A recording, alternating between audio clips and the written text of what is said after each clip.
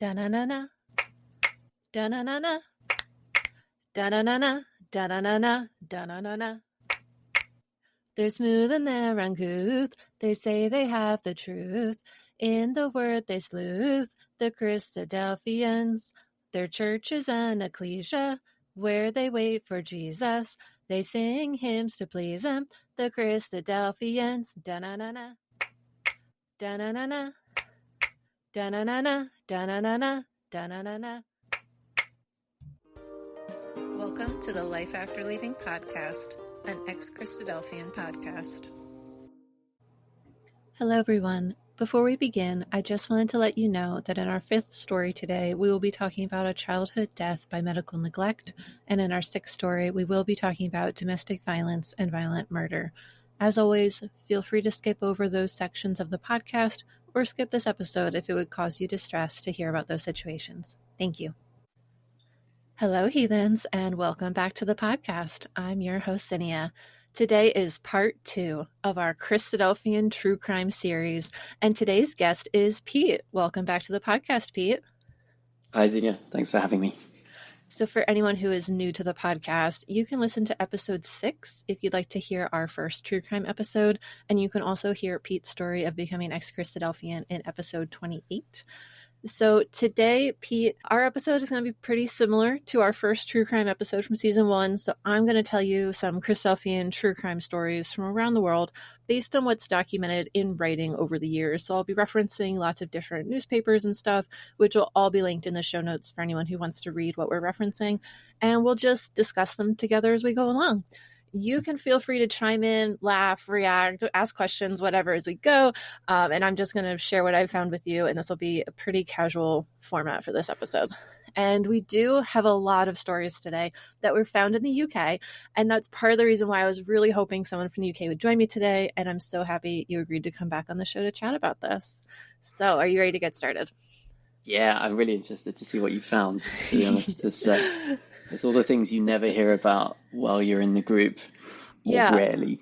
I didn't know a single one of these when I was in the group, and there was at least one that I think a lot of us should have heard of based on the time period. So we'll see what your reactions are as we get going.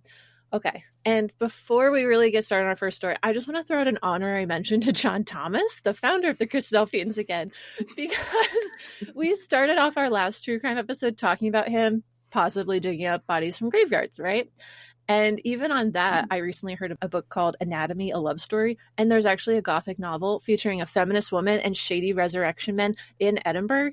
So I may actually need to read that about learning about this era of guys like John Thomas digging up bodies for anatomy classes. So if anyone's still interested in what happened with that one, that's just something I found out about. But in our first true crime episode, that was what we were talking about. But since then, I have found so much more evidence of criminal activity. So for anyone who hasn't listened to episode 26, the potential crimes I've uncovered includes impersonating a doctor for 15 years because he lied about having an MD degree while working as a doctor, allegedly operating an illegal medical practice in England for several years because he wouldn't pay the required fees before he fled to America, where he later founded the Christadelphians. And I did provide all the details for those claims in episode 26 because it would be way too much to fit in this episode. We already have a lot of other things to cover, but it is fun to trace the earliest criminal activity back to the founder of the Christadelphians. So he gets like an honorary mention at the top of the episode because he really pioneered the way, didn't he? Absolutely. Yeah. But that has its own episode, so we won't discuss it. Although, did you have any quick comments or anything that you wanted to share about him before we get going? I've actually just listened to that episode and it blew my mind. Oh, God. Yeah. So because I grew up in a part of the community that was so John Thomas heavy. Really? In what way? Well, in terms of as like maybe a 10-year-old kid, I was given a copy of Elpis Israel, which is one of John Thomas's books, his as first a Sunday book, school prize. And I never managed to fully read it all the way through. No. Difficult for a 10-year-old and he makes up his own words. But you never ever hear that side of the story of him because it's so biased towards him being essentially, without saying it, he's a prophet. Yeah. It's in some way refreshing to see that he was just a normal person and a bit more a criminal. A criminal-leaning normal person, but very much a human, not like a godly prophet. He was just a man trying to walk in righteousness. It was like, no, he was trying to get away with a lot of things, according to what we're seeing with the facts. So I'm so glad, because I was just like, I didn't know any of this, and I think very few people would have been aware of most of those things, let alone having them all compiled in one place to really hit home about it. All right. So I'm glad you got to listen to that. I was curious if you got a chance. It is a long one, so thank you for your dedication. Thank you. All right. So are you ready for our first story? It's a real meaty one. So this one is from the Robert Roberts era of the Christadelphians back in the 1800s, and this one happened in the UK. I also just want to say that I kind of get excited when something happened during the Robert Roberts era, because he is so extra all the time. He's just so open and transparent about everything that's happening. Because, he was very heavily indoctrinated since his childhood, but he was a very genuine guy. And I feel like modern Christadelphians would have like a public relations viewpoint and be like, let's not talk about this. But Robert Roberts is the complete opposite. He's like, I'm going to document everything and share everything with everyone. And so we have a lot to discuss in this episode, because he's like, let's publish it in our magazine. Let's publish stuff in the local papers. Like, he was very loyal to his community. So when something happened, he's like, we're going to talk about it and we're going to clear this up. So this first one I initially heard about while reading Andrew Wilson's The History of the Christadelphians, 1864 to 1885. And in chapter 3, he mentions a little tidbit he found while reading the Christadelphian magazine. So I've mentioned a guy named Islip Collier on the podcast before, because Collier wrote Robert Roberts' biography, Robert Roberts, A Study of Life and Character. And this next story is about his dad. This is brother Vickers Collier. And I actually told you about this one a few months ago. I don't know if you remember what it was about. I don't know. This is about this Christadelphian brother who went to prison for selling bad meat. Oh, yes. No, I do. Yes. And we're starting small. Yes, I like to start with the smallest crimes and then move, like, really amp it up to the high profile crimes. And this one feels very reminiscent of the last true crime episode where we discussed organ trafficking and body snatching. So we have a lot of meaty crimes in the Christadelphians. So this is how Wilson recorded it. Quote, "At this point in Christadelphian history, Christadelphians appeared in the news with great regularity and for a variety of reasons. A long correspondence followed naturally in the Leicester Daily Post after a Christadelphian, a butcher by trade, brother Vickers Collier, had been convicted of having bad meat in his possession and was sent to prison," unquote. So this story is pretty random, but it was a big deal at the time and all over the news. So let's discuss what we find in the headlines. Also, what are you typing? I'm just searching for at what point it became legal to sell bad meat. Or, well... I was wondering. I was like, what is he looking at? You wouldn't be thrown into prison for selling bad meat. I'm going to tell you step by step what happened, because Robert Roberts was like, everyone needs to know for posterity, because they might want to talk about this almost 200 years later. And here we are. And first off, I love how upbeat this little quote started, because he's like, the Christadelphians were in the news so much. And then he's just like, yeah, it was also bad press, which I think reminds us why Christadelphians don't like being in the news anymore. So I found the article he was referencing in the November 1881 edition of the Christadelphian magazine, and I'll read you the first part of what Robert Roberts says happened. Quote, "Imprisonment has been inflicted because of circumstances over which he had no control, and he has become the victim of long-gathering malice. Brother Collier is a provision merchant, and in addition, manufactures pork pies. For the conduct of his business, he requires and imports large quantities of meat.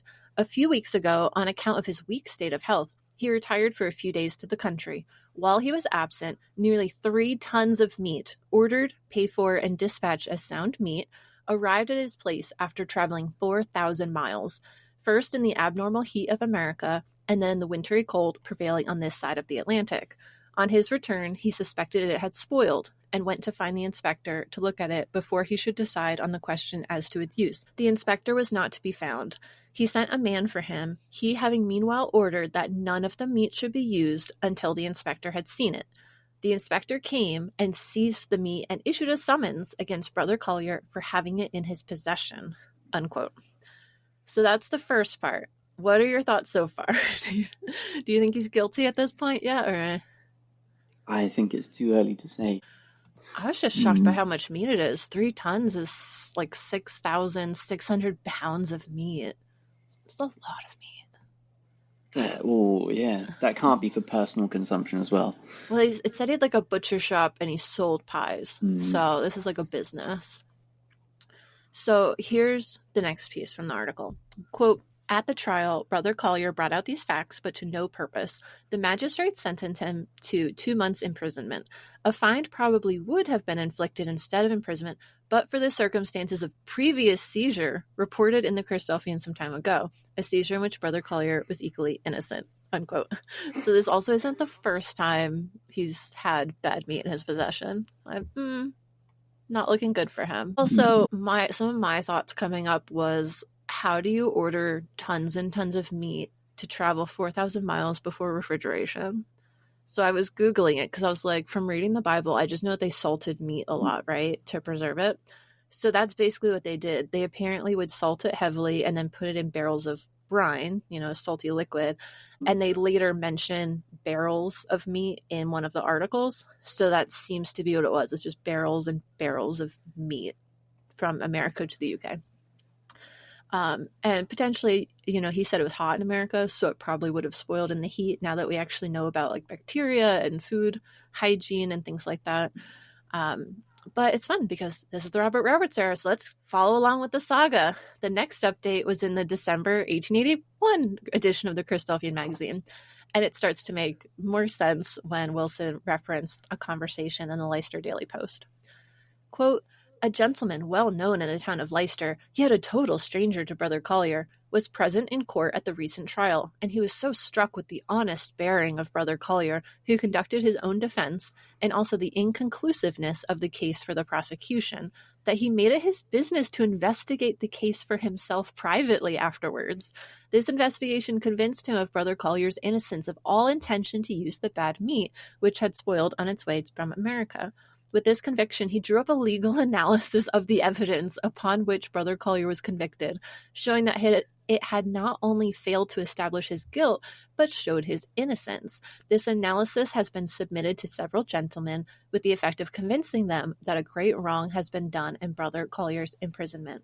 Among these is one of the magistrates who tried the case, who has written a letter to Brother Collier's son, in which he says, with a deep sympathy in your sorrow, I cannot see how I can help you in any way further than by expressing, which I do most unhesitatingly, my opinion that your father has not been guilty of the offense laid to his charge. Arrangements are in process for extensive distribution of a document setting forth these facts and the analysis of evidence referred to, not with the hope of any remedy that can be found for the disastrous effects of the injustice that has been done to him, but with the view of mitigating these effects somewhat by producing a correct public opinion. And then it says, Brother Gamble says the brethren anxiously await for the 7th of December, the day of Brother Collier's release. He also says that since last report, there have been 3 additions to the ecclesia, unquote. So, gotta add that in. Yeah, add that into the end. Yeah, you just gotta have some upbeat news. Like, yeah, we've got one brother in prison, but we've got good things going on. We've got some new baptisms, and we're gonna just publish a little statement about his innocence. I have so many questions. Okay. Well, how would meat even survive a journey from America? And why would someone be buying 3 tons of meat to put on a ship? I mean, back then, I remember John Thomas. It took him, was it 2 or 3 months on a ship to get to America? I remember his had a storm, so they went off route. So I think it was at least a month. I don't remember the exact time frame. I know that his family left on a ship, I think it was 2 weeks after him, and arrived only like a week later than him. So depending on variations with weather, but it's probably like at least a month by old ship to get from the UK to America. And then, like, he ordered tons of meat and then was like, I'm just not going to be there when it arrives. So I was like, that's a little weird. Yeah. He's like, I just need to retire to the country for a few days. All right, well, you've got 6,000 pounds of meat to deal with. You might want to handle that first. And if he's ordered meat from America before to sit on a ship for months, presumably, boil because he'd been caught doing this before. Yes. Why would he order it again? Yes. I would change vendors, right? You'd be like, let's do something else here. That didn't work. Or get some meat in the UK instead. Yeah. I would assume you guys have meat. You guys have been around for a long time. Yeah.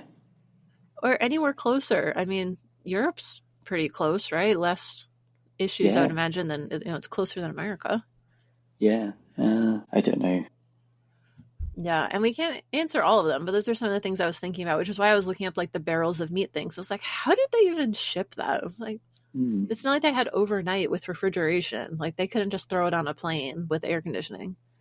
And this is the 1800s. Yeah, it turns out it's still an offense in the UK to sell spoiled meat. Yeah, that checks out. You just Googled it. Yeah, and you can still be put in jail for up to 2 years. Oh, up to 2 years. So 2 months was a pretty light sentence then. Yeah, I guess. Although they couldn't prove that anyone ate it, I guess, because that was not mentioned anywhere, that someone had eaten the bad meat, just that he had it. Okay. Yeah, I think that's what the law is at the moment in the UK, is to do with food rendered injuries to health. So if you sell bad meat and then it causes someone injury, then there's up to 2 years imprisonment. I did not know this. There's a lot of these like odd laws around that you just never hear about. I mean, you don't want people getting food poisoning left and right, so... No. But I didn't realize that was like a prison thing. I imagine people today are not ordering 3 tons of meat on a ship from America. At least not on a ship, but I was trying to Google like how much a butcher shop uses, and it was still like 2,000 or 3,000 pounds of meat a week, potentially, they could be selling.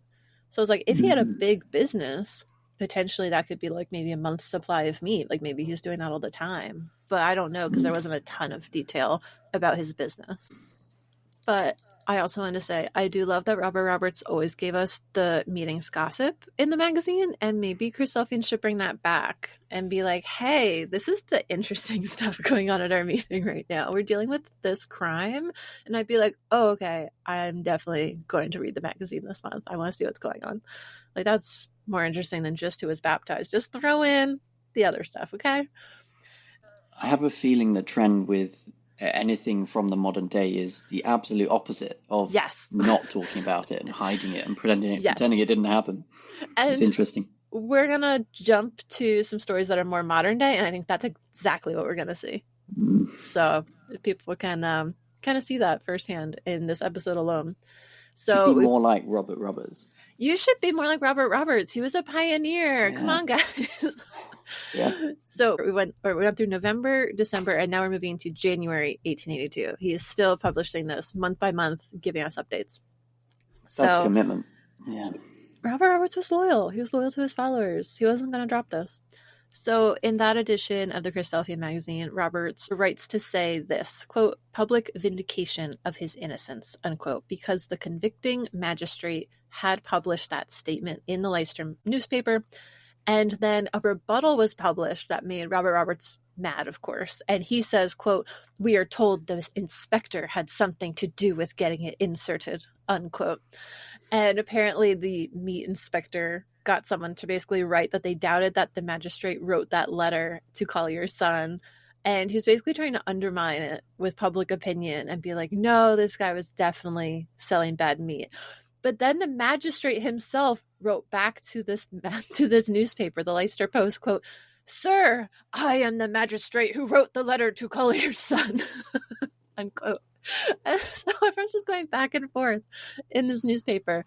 And the magistrate gives us the whole scoop about how gross it was and like what evidence they saw. So I'll share that because I think it's very vivid and it kind of tells us a little bit more about like why this escalated.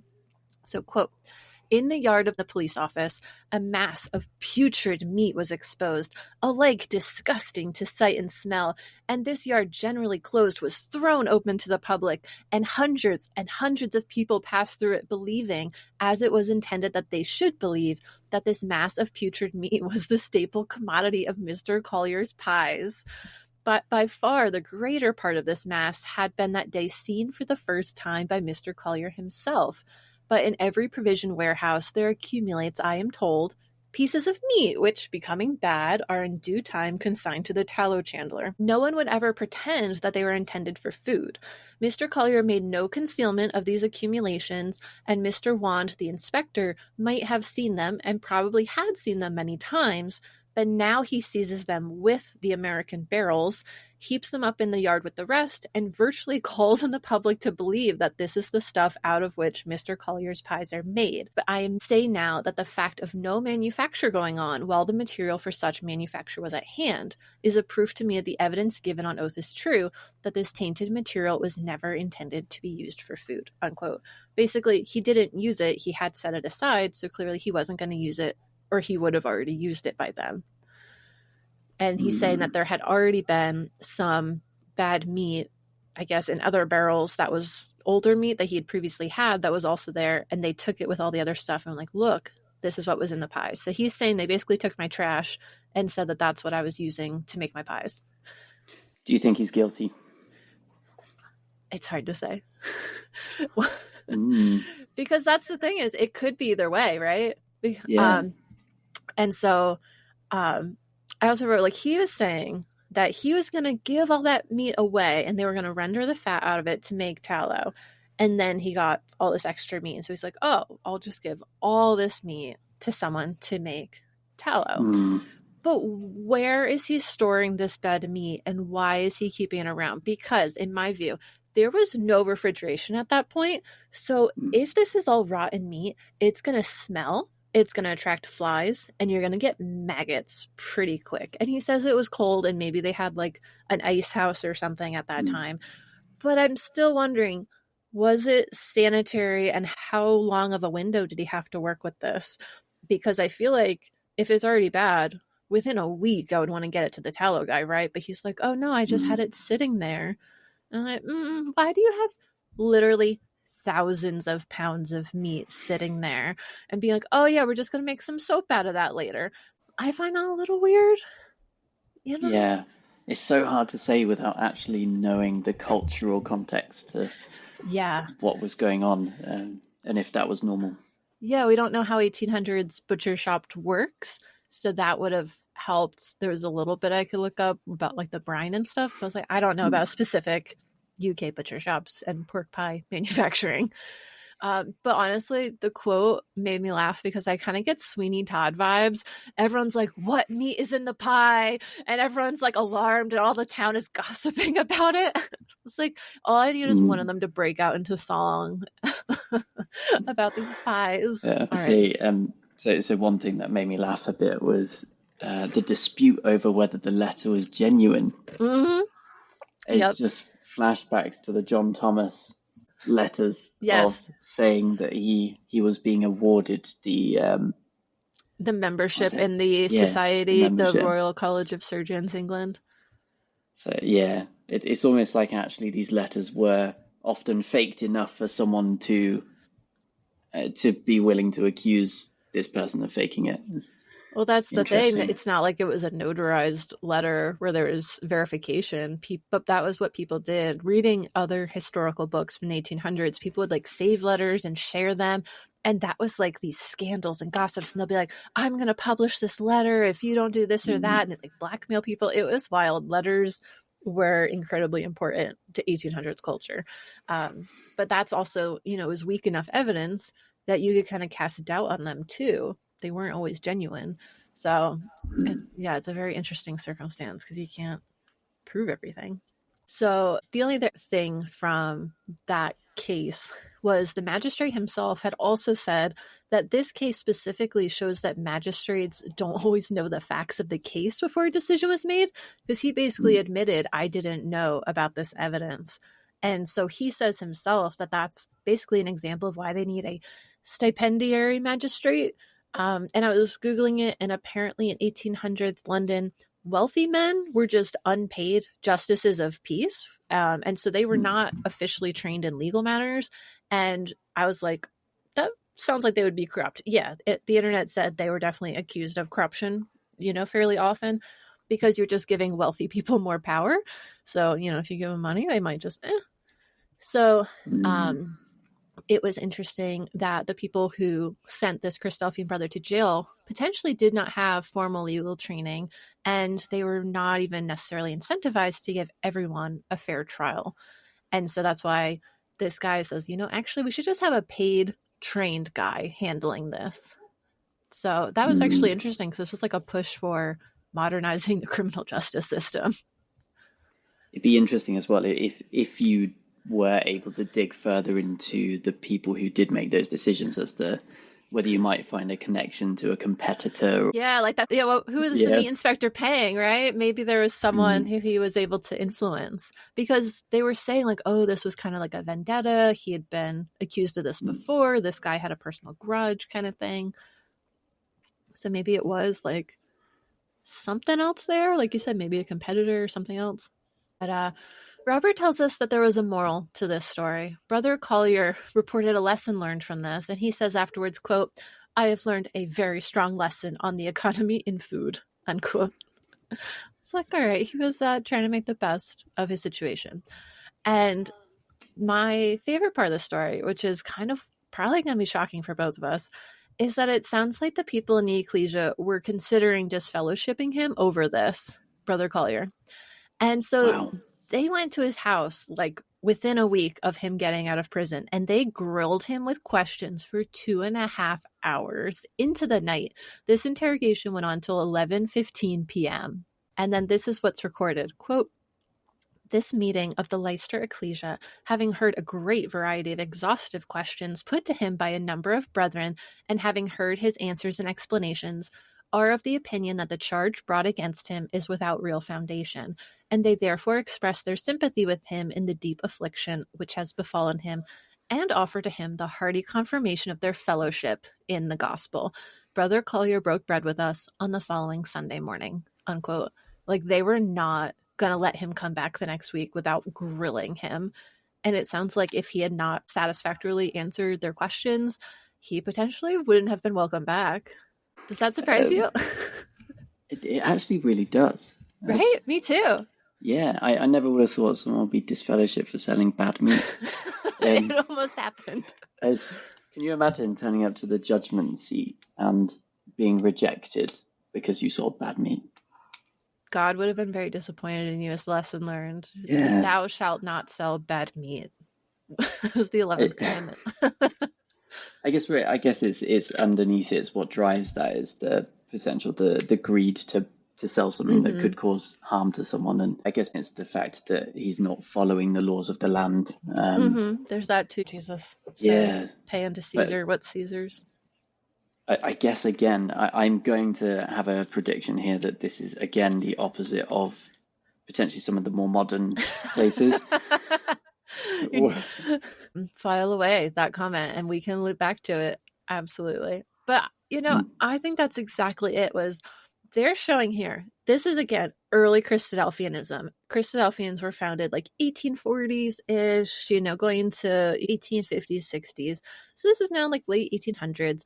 And they were very different than modern Christadelphians. And they still had, the founders around. You had John Thomas and Robert Roberts. So under Robert Roberts, what they did was they talked to this guy to his face. There was no secret meetings. They just grilled him, being like, did you commit this crime? Whereas nowadays, usually the discussions exclude that person. They have a meeting specifically not inviting them. And then you also have the question of people dismissing or downplaying or just ignoring and covering up issues, as opposed to being like, hey, we're going to publish this. Everyone's going to know. Everyone's invited to talk about it. Like, if they had a case of abuse back then, can you imagine this happening where it's like, we're going to publish it, we're going to have a meeting, everyone's there, this guy's up front having to defend himself or herself and just being interrogated for hours, and then like the whole ecclesia decides everything's above board. Like, I feel like abusers would be gone so fast if they did that. And then I was looking at the original ecclesial guide written by Robert Roberts in the 1880s. So that guide is supposed to say basically how the ecclesia should be set up, how it should operate, what the roles are to be filled, all that stuff. So Robert says that the Bible says that you need to speak to the brother when there's an issue directly, and essentially you talk to them one-on-one first. if that doesn't work, then talk to them with a few other brothers. And if that doesn't work, have the entire ecclesia gather to discuss it openly. And then if things still aren't resolved, then they can disfellowship. And Robert says this is important because, quote, a communication through a third party, or still worse, a letter, offers none of its opportunities of reconciliation, is rather calculated to prolong and aggravate the irritations of the case, unquote. So it's actually pretty funny hearing what he thought about that. And it's hard to believe considering all the letters and secret meetings and gossip that most ex-Christadelphians experienced before leaving. You know, they would definitely rather send a letter than sit down with you. It's so interesting. Yeah. Yeah, just the change. Yeah, in that original document, not mentioning these meetings that are happening today is the culture has shifted away from how it was intentionally set up by Roberts. So I have two last comments, and they're pretty light. So first, I think this would be an amazing Sunday school entertainment skit. Like, can you imagine Robert Roberts? And he is like, one child be the mean meat inspector, and then another child is like the pork pie maker, and he's got like little plastic pie props from like a kiddie kitchen set. And then Roberts is in the audience with like a super type A personality. He's like mouthing the words to the children while they're up there just acting through the skit. It would be so cute and so funny. Did you guys do Sunday school entertainments? We did, but it was almost always kind of a story from the Bible. So that's what I'm saying. Usually it was Bible stories, but I think Christadelphian history could count. And I know that at a Bible school, they did a skit where they did Christadelphian history and they tried to do like the John Thomas origins. Where was that? It's on YouTube. It has circulated. So I think if you do a search in the ex-Christadelphian Facebook group, you can find the link. Okay. But I heard some people said they couldn't make it through 5 minutes though. So depends on your stamina for Christadelphian media. We need to do an ex-Christadelphian version of this when you've finished all of your research. I know, that's the thing is I'm always finding more research. So this year I know more than last year, and I'll probably have things that I revise and add next year. But yeah, it would be very fun to do our own version, the real version. And yes. And my last thought is that if the Christadelphians ever release a cookbook, please, they need to include a recipe for English pork pies. These pies are literally legendary. And in brackets, don't use spoiled meat. Yes, use fresh pork, not from America. So we'll never conclusively know if this was a, framing or something by this meat inspector to try to get this guy imprisoned. But it is an interesting little tidbit of Christadelphian history. So, yeah. Story number 2. In this next one, this is potentially the most recent one. It's at least the most recent one that I have, where Christadelphians were in the news. And so we're going to jump from the 1800s to 2022. And we're already going to start to see how Christadelphians are very different from that time period to now. So an article that circulated online is from the Daily Record in February 2022, and it's entitled, Extreme Christian Sect Probed Over Anti-Vax Facebook Messages and Homophobic Slurs. It mentions the East Kilbride Christadelphian Ecclesia from Scotland, and it even has like paparazzi photos of, I guess it's the recording brother in the images for that article. You're nodding along. Have you heard about this one? Yes, I followed this as it was happening. Oh, okay. Yeah, this one's interesting. It is. So essentially, this Scottish ecclesia made the news because what they were sharing on their Facebook was basically so like hateful and offensive and antagonistic to public health that it got flagged by the authorities. And this incident relates to the specific ecclesia. It does, reflect some views that are widely held by Christadelphians, but these specifically are just referencing the East Kilbride Christadelphians. So not every individual in the Christadelphians necessarily holds these same views in the same way. So I'm just going to say that. So these controversial images they shared included Bible verses, pictures of Jesus, and things like that.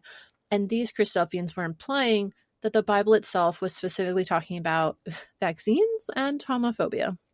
which now that I'm out of the group and have debunked their prophecies, it feels like a stretch. Like, you said that the Bible told you that the world was ending in the 1800s, the 1900s, the early 2000s, and it hasn't. So I'm kind of skeptical that you know what the Bible is talking about as it relates to the present day. You know, you've kind of failed with that before, but they're like, no, it's definitely talking about vaccines. And to get more specific, one of them, they shared a verse from Revelations, which was written about AD 95, and they used it to discourage vaccination, which was invented about 1700 years later in like 1796. So I personally don't think that those passages were written with that in mind. They also used a verse from Genesis to try to convince people to not trust modern science, which I feel like is kind of a stretch to say, oh yeah, this ancient book, they were talking about modern science. But again, they kind of have to believe that this book is relevant to today in order to justify their belief system. So, you know, they probably believe that. Just a stretch. You see a very similar thing in some of the prophecies, like Ezekiel 38, where it's talking about chariots, which obviously aren't used in modern warfare today.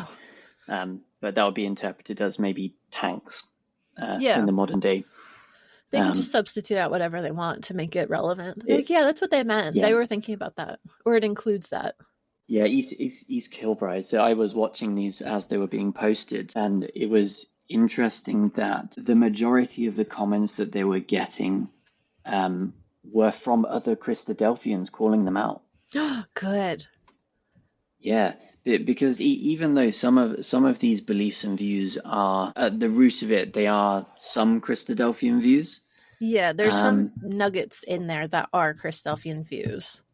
Yeah, it's the way that they were sharing them in such an aggressive way. That's the exact word I thought of, was aggressive. Yeah. Yeah. So I think they shared one during Pride Month, I think. Oh, they've shared quite a few during, like, dated June 1st. Like, they were ready for Pride Month. Yeah. But with one with the flood, I think. Sodom and Gomorrah. It said something about, like, teach them history or gay history or something. And it showed Sodom and Gomorrah being burned. Yeah, so just essentially implying that gay people should be burned or killed. Yeah. It's pretty dark. Yeah, it's a very big step up from thinking that essentially what I guess the community would say is that being gay is morally wrong, potentially. Yeah, it's more of an intellectual kind of argument, usually, where it's someone at the podium just saying, hey, we don't agree with this. We believe the Bible uses these verses to say that we shouldn't do that. And if we want to be in the kingdom, let's not do that. But they're like, oh no, they should burn, which amps it up a little. And then posting these images, again, makes it very graphic.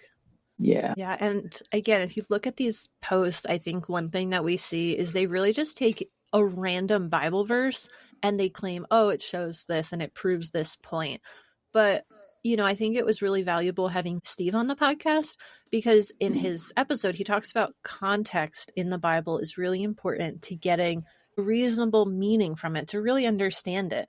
So is that entire chapter of the Bible about that topic? Is that really the message that was written to convey? Was it written in a time period where that would make sense for those people to be writing about that topic? And I don't think Genesis was about teaching his followers to hate science.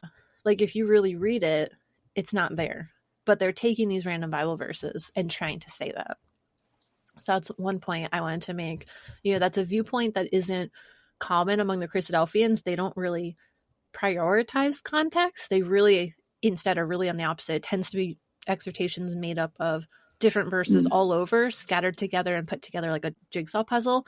But they're making their own images from the jigsaw puzzle pieces, as opposed to really looking at, what does the Bible really say? Is that what this whole book or chapter is about? And usually it's not. And so we'll keep going a little deeper, because, you know, these Christadelphians are really sharing these publicly. And one counterpoint I want to offer is, okay, so these East Kilbride Christadelphians are saying that we should use the Bible to make medical decisions, right? The Bible's saying we shouldn't use vaccines. Let's explore that for a minute, Pete, because, you know, for me, I'm good with most modern medicine. But let's look at biblical medicine. I don't know if you remember these. I had to Google it because I'm not a biblical scholar. But here's a few examples of medicine in the Bible. So let's see what the Christadelphians believe treatment should look like. There was King Hezekiah's boil. Do you remember how that was treated? I don't know. Boiled figs. Next one. The Good Samaritan. Do you remember how he helped heal and treat the injured man? I've been a heathen for too long to remember. Me neither. I had to Google it. He poured oil and wine on his injuries. Was that what you were expecting? No, but it sounded very much like John Thomas's medical treatments. Just throw some broth up his butt and it'll be fine. Don't choke on your water. Which chapter and verse is that from? It's in there somewhere. Yeah, I'm sure if you find one about animals, we'll find one that says broth. That's the verse. That one is all about that. Do you remember how Jesus restored a blind man's sight? Is it to do with wine? I can't remember. No. Good guess. It's mud. Is it mud? You're right. It is mud. Clay? It was spit, actually, with mud. So he spit into the mud and then put it on someone's eyeballs. So what do you think of biblical medicine so far? Are we impressed? So this is a very, very interesting kind of point. I say interesting way too much because everything is interesting. Unfortunately, me too. I'm interested in everything. I'm captivated. So when COVID kicked off, there's a Christadelphian who is a scientist. And I remember him doing a talk about how the Bible was well ahead of its time. I've heard that too.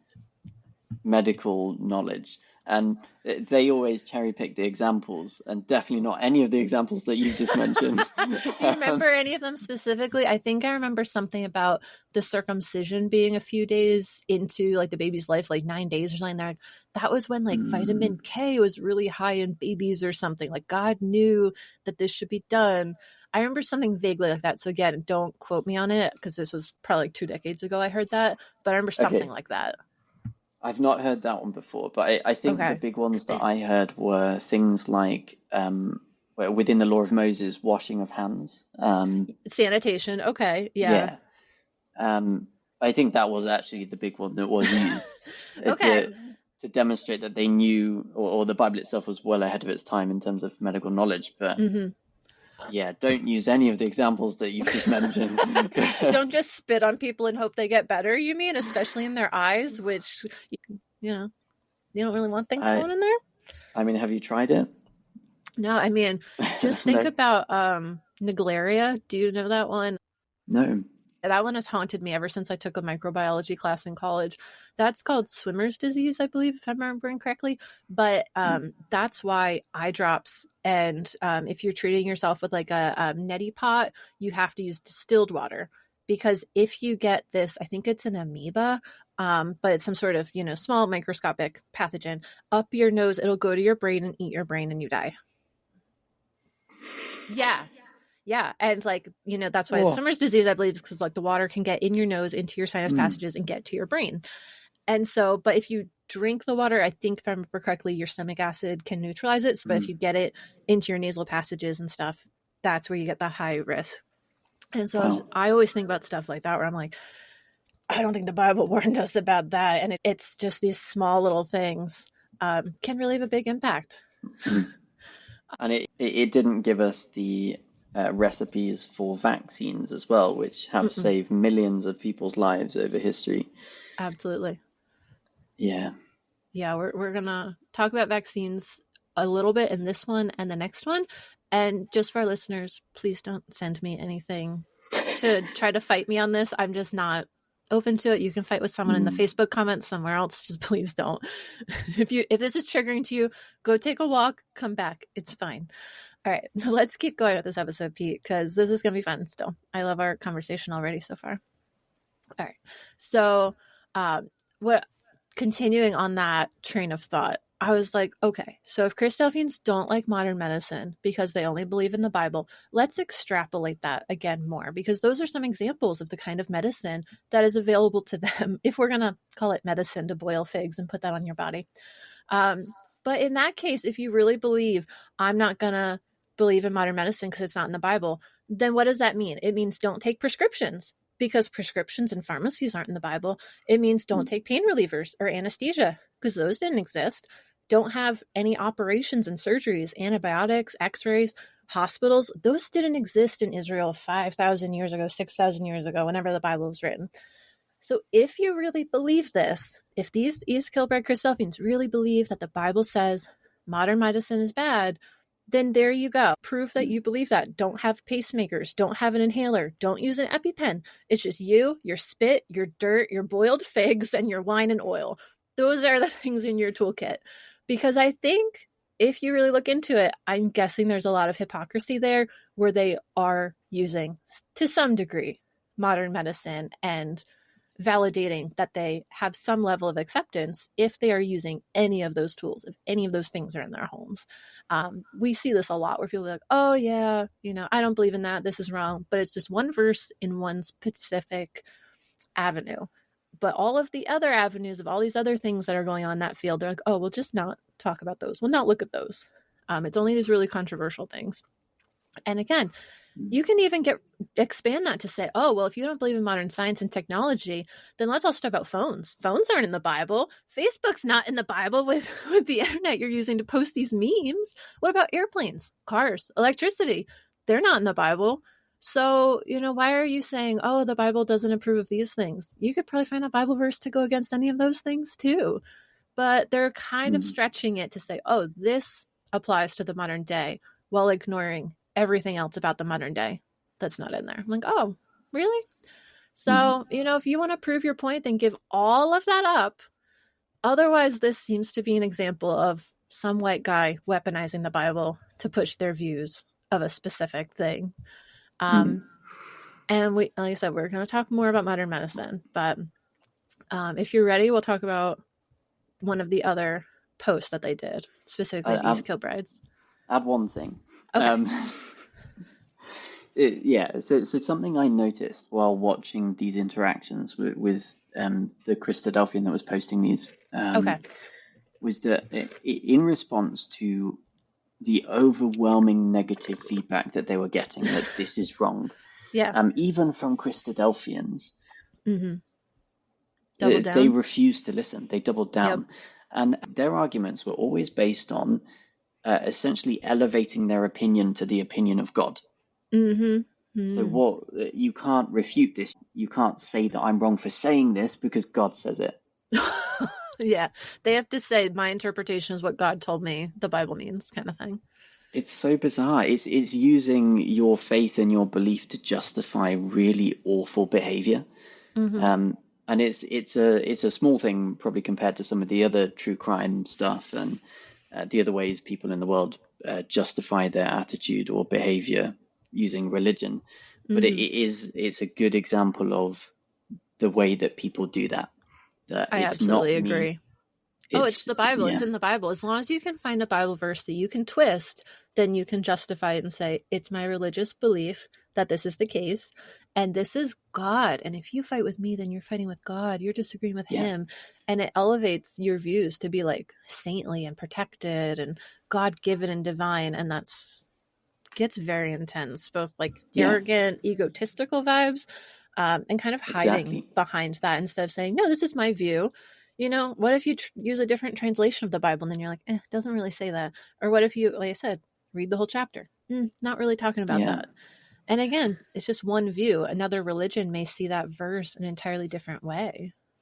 Yeah. And I love how you say egotistical, because I think that's what sits behind the majority of those posts. Because who is going to be convinced by this? Who are you hoping to convince? By sharing these images. Like, you're not going to convince anybody, because as soon as you start communicating in such an aggressive way, you lose people. Even people who you might have convinced, it shuts that down. The aggression. So who is it for? It's for the person posting this and their ego. Yeah, it definitely feeds their ego, I believe, and they're getting something out of it, of spreading that antagonism into the world. I also find it curious because I've clicked on the links to see the post myself, And from what I remember, the last time I looked, I wasn't seeing a lot of comments. So I think they deleted those potentially, because I was not seeing them. So I don't know if anyone screen capped or shared, what they had posted, because I wasn't seeing that stuff and I wasn't really in the loop when this was happening. But just sharing that with our listeners, because I was like, wow, the Christadelphians aren't saying anything here. But it sounds like you're able to say, yes, there were people speaking up about this. So I am glad that you were aware of that. I found some. So I sent you some screenshots. Do you want to read it out loud? Because if you want to share, I would appreciate it. So this is a follow-up that they posted after they were attacked by the mainstream media. Okay. And a typical victim mentality, they post, mainstream media attacks Christian group for believing in God. And then I don't think that's exactly what they were doing. I don't think so. Yeah. So responses in the comments, and the first person I know is a Christadelphian, still is. Okay. There is nothing in that article that attacks a belief in God. It's calling you out for spreading harmful lies. This is not representative of a majority of Christadelphians. And then another person who, again, I know is Christadelphian, no, the mainstream press hasn't attacked you for believing in God. It has attacked you for a presence that is utterly un-Christ-like. The Bible says nothing about vaccines, but the Jesus Christadelphians should believe and expected his followers to care for others, which ensuring I keep my neighbor safe from a virus I could be carrying is what Jesus expects. And so forth. So they were not being let off lightly by Christadelphians. I'm glad that the Christadelphians were skewering them with kind of like kindness and fact checking. Yeah. They're just like, no, the Bible actually says this, and no, you're lying, and also be a good person and help people, love them. Like, that's a great message. Yeah. And then one of their original posts about the vaccines. So they posted an image of worshipping the golden calf, and they had on the calf it said COVID vaccine, so showing people basically worshipping the COVID vaccine as a false idol was the message. And then one of the comments in response to this from someone who is a Christadelphian says, don't post views like this as if they're generally accepted by Christadelphians. They are not. So it is good to see they were being called out for that. I love that. Christadelphians, keep it up. I support that. Keep your members in line if they're not. You have to speak up. Otherwise, people will believe that is a typical Christadelphian. They don't know about what a spectrum it is, where you can meet really lovely Christadelphians who are generally trying to be really good people, and you can meet Christadelphians that should not be out in public. And you're like, oh my, you're a threat. You're dangerous. Yeah. And I think that's definitely valid for the vaccines, but in terms of the views of LGBTQ, I think even the typical Christadelphian view is still wrong. But the East Kilbride just took it to another level. They really did. Yeah. Theirs are pretty scary. Like, there's one of like this like snarling wolf, and he's in a rainbow sheepskin, and they use that image when talking about not accepting LGBTQ people. And I was like, oh, this is just like such an aggressive post. Again, like the first thing you see is this snarling, like rabid face. And then they're talking about that. I was like, oh my God, like there's so much aggression in these. Like this guy needs to like get a hobby, like go exercise, get your energy out, because you should not be venting it on Facebook like this. That's not healthy for anyone. Another of the comments in response to this that you might enjoy is if you didn't twist the Bible to suit your odd views, then you wouldn't have got yourself into such a mess. Someone else. That's exactly what I was saying. Yeah. Okay, so the other link that they tried to make with their posts was apparently they had posted about vaccination and homosexuality, because I guess they believe the Bible says vaccines make you gay. What? Yeah, I didn't see this bit. That was mentioned in the article. I don't remember checking that one myself and see it myself, but I was like, okay, that's interesting. That doesn't sound like a traditional Christadelphian teaching at all. It just sounds like someone is overlapping online internet conspiracy theories with their religion and just posting it on their religion's page. And I found that one really random and just so flimsy, because I always think about like my family. I was the youngest of 4 kids, and all of my siblings got all the same vaccines. We were on the same schedule. We went to the same doctor's office. We all got them back when they had thimerosal in the vaccines, which people used to argue they thought caused autism, which, haha, it doesn't, because they removed it in 2001 and autism keeps increasing. So if it had been the cause, rates should have decreased. But anyways, even though we were all raised the same way, all of the same influences with regards to vaccines, I was the only one who turned out queer and neurodivergent. Like, and I'm not even a lesbian. Like, if the vaccines make you gay, we should all be gay or lesbians. And as far as I know, all of my siblings are straight and neurotypical. So it's like, okay, if that's the argument, then they are wildly ineffective. And so, like, why are we so upset about something that's clearly not working? If they worked, every bar would be a gay bar because there would just be so many gay people. We'd have gay parades every weekend, drag queens at every brunch. You know, we would have a really fabulous world, but instead we've got all these straight white dudes everywhere running the world. Like, come on. Like, you're saying vaccines are going to make us gay, then this is not working. So I was thinking, like, this week I'm supposed to get 2 more vaccines. And historically, I've already had a lot of vaccines. I've had chickenpox vaccines, measles vaccines, which I just had to renew. For some reason, living in the U.S., I got concerned about that one. Tetanus shots. I've had the Gardasil vaccine, flu shots, COVID shots, hepatitis, maybe polio. Who knows? Am I going to have to get that again? Who knows? But, like, considering the amount I got, at what point do I become a lesbian? And am I going to get it after the flu shot, or do I have to get other vaccines? Like, do we know which vaccine is going to do it for me? Do I need a punch card? And after like my 12th vaccine, I get a U-Haul rental? Do I get a discount on a Subaru if I get the polio vaccine? And like, when do I enter the promised land of Lesbos? Is it after my next COVID vaccine? Do I need like 6? Like, how many do I need to make me a lesbian? Please, East Kilbride Christadelphians, tell me. If you know the secret, tell us women, because many of us don't want to be attracted to men. We've had sexual assaults. They're a high risk of killing us. You know, we could die in childbearing. Come on, if you have the secret to not having to deal with that stuff, don't hold back. Tell us. So, you know, if it's in the Bible, just send me the verse. I'll look into it. Please. I think you should summarize all of that into an email and send it to them. And see what the response is. And they'll just send me a meme back. That would probably be their reaction. And yeah, I'm assuming you already heard. How did this end for them after they posted all this stuff? Do you remember? So I believe they were called out a few times and investigated by the Charity Commission, because I think one of the bigger problems was they were registered as a charity, and then as a charity they were sharing this message, which they really should lose their protection of being a Christian organization if they're claiming to be a charity. I think the post just stopped, and I assume that other members of the ecclesia probably told them to stop. I don't know. So essentially nothing happened.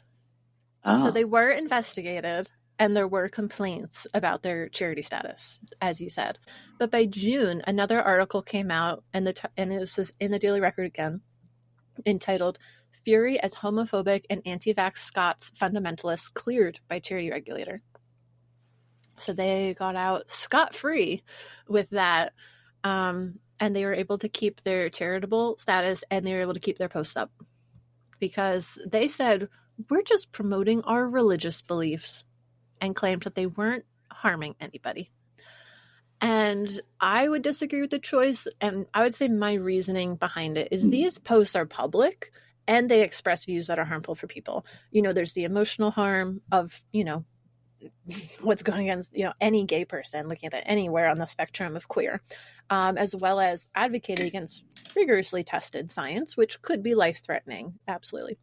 But I feel like if they had circulated these things privately, like if this was a private Facebook group and it was only their members who were allowed into it, then yeah, like if you're signing up to hear those religious views and consenting to it, and it's not in the general public, then I think that's the difference. Because since it's going to everyone in the world, it's to the general public, I think it's more reasonable to be like, hey, we have to moderate this. We're not going to allow hateful views to be amplified and validated and reach someone who it can harm. Whereas if you want to talk about that within your community, then that's you just discussing your religion with your own religious members. So I think they should have had to remove the posts, maybe get a fine at least to be like, hey, here's a slap on the wrist. If you keep doing that, you could lose your triggerable status. And then that would have kind of reiterated that, hey, we're not going to allow hate and misinformation, and if you want to do that, you can't do that here, kind of thing. Yeah, there's also a big underlying question of does a church constitute a charity? Does it meet the legal definition of a charity? Because I think it would need to exclusively be for charitable purposes and for public benefit. That's their argument that the National Secular Society said is what benefit does this provide?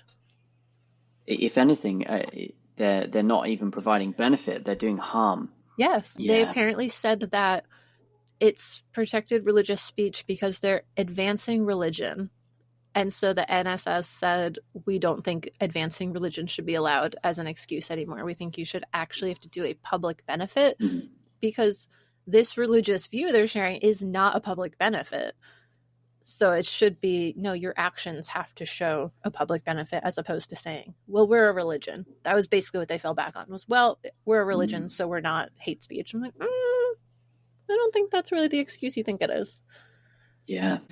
Am I right in saying as well, I don't know, but I think the reason that a lot of the leaders are setting up as charities is for financial reasons. Not paying taxes.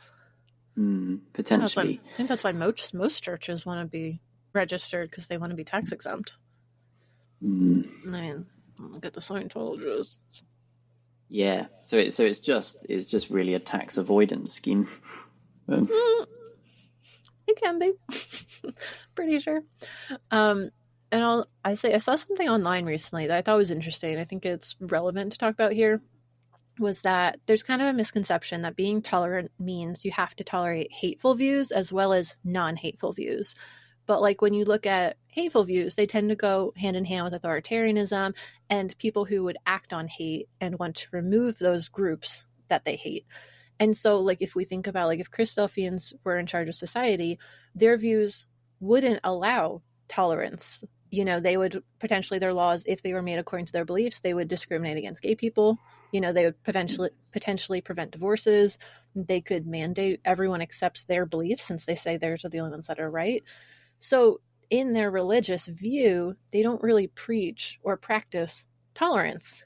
And so that's the irony we see is groups like this can claim that we need to tolerate their beliefs. They're saying this is our religious belief, so you can't censor us. But their beliefs in and of themselves can be dangerous or hateful and at minimum not tolerant. And so one thing that people are seeing is that by doing this, it actually decreases the overall tolerance in society when groups that practice hate and preach, a lack of tolerance are accepted as just a difference that needs to be tolerated, I guess. Yeah, it's a very complicated kind of question that I won't even pretend to know what the answer is to, but I guess the question is, where do you draw the line and who gets to decide where that line is? Yeah. It is a tough thing, but that was for the charity regulator to come up with, and they greenlit more hate speech in this area with these Christadelphians. And I would say I disagree, and that's some of my reasoning why.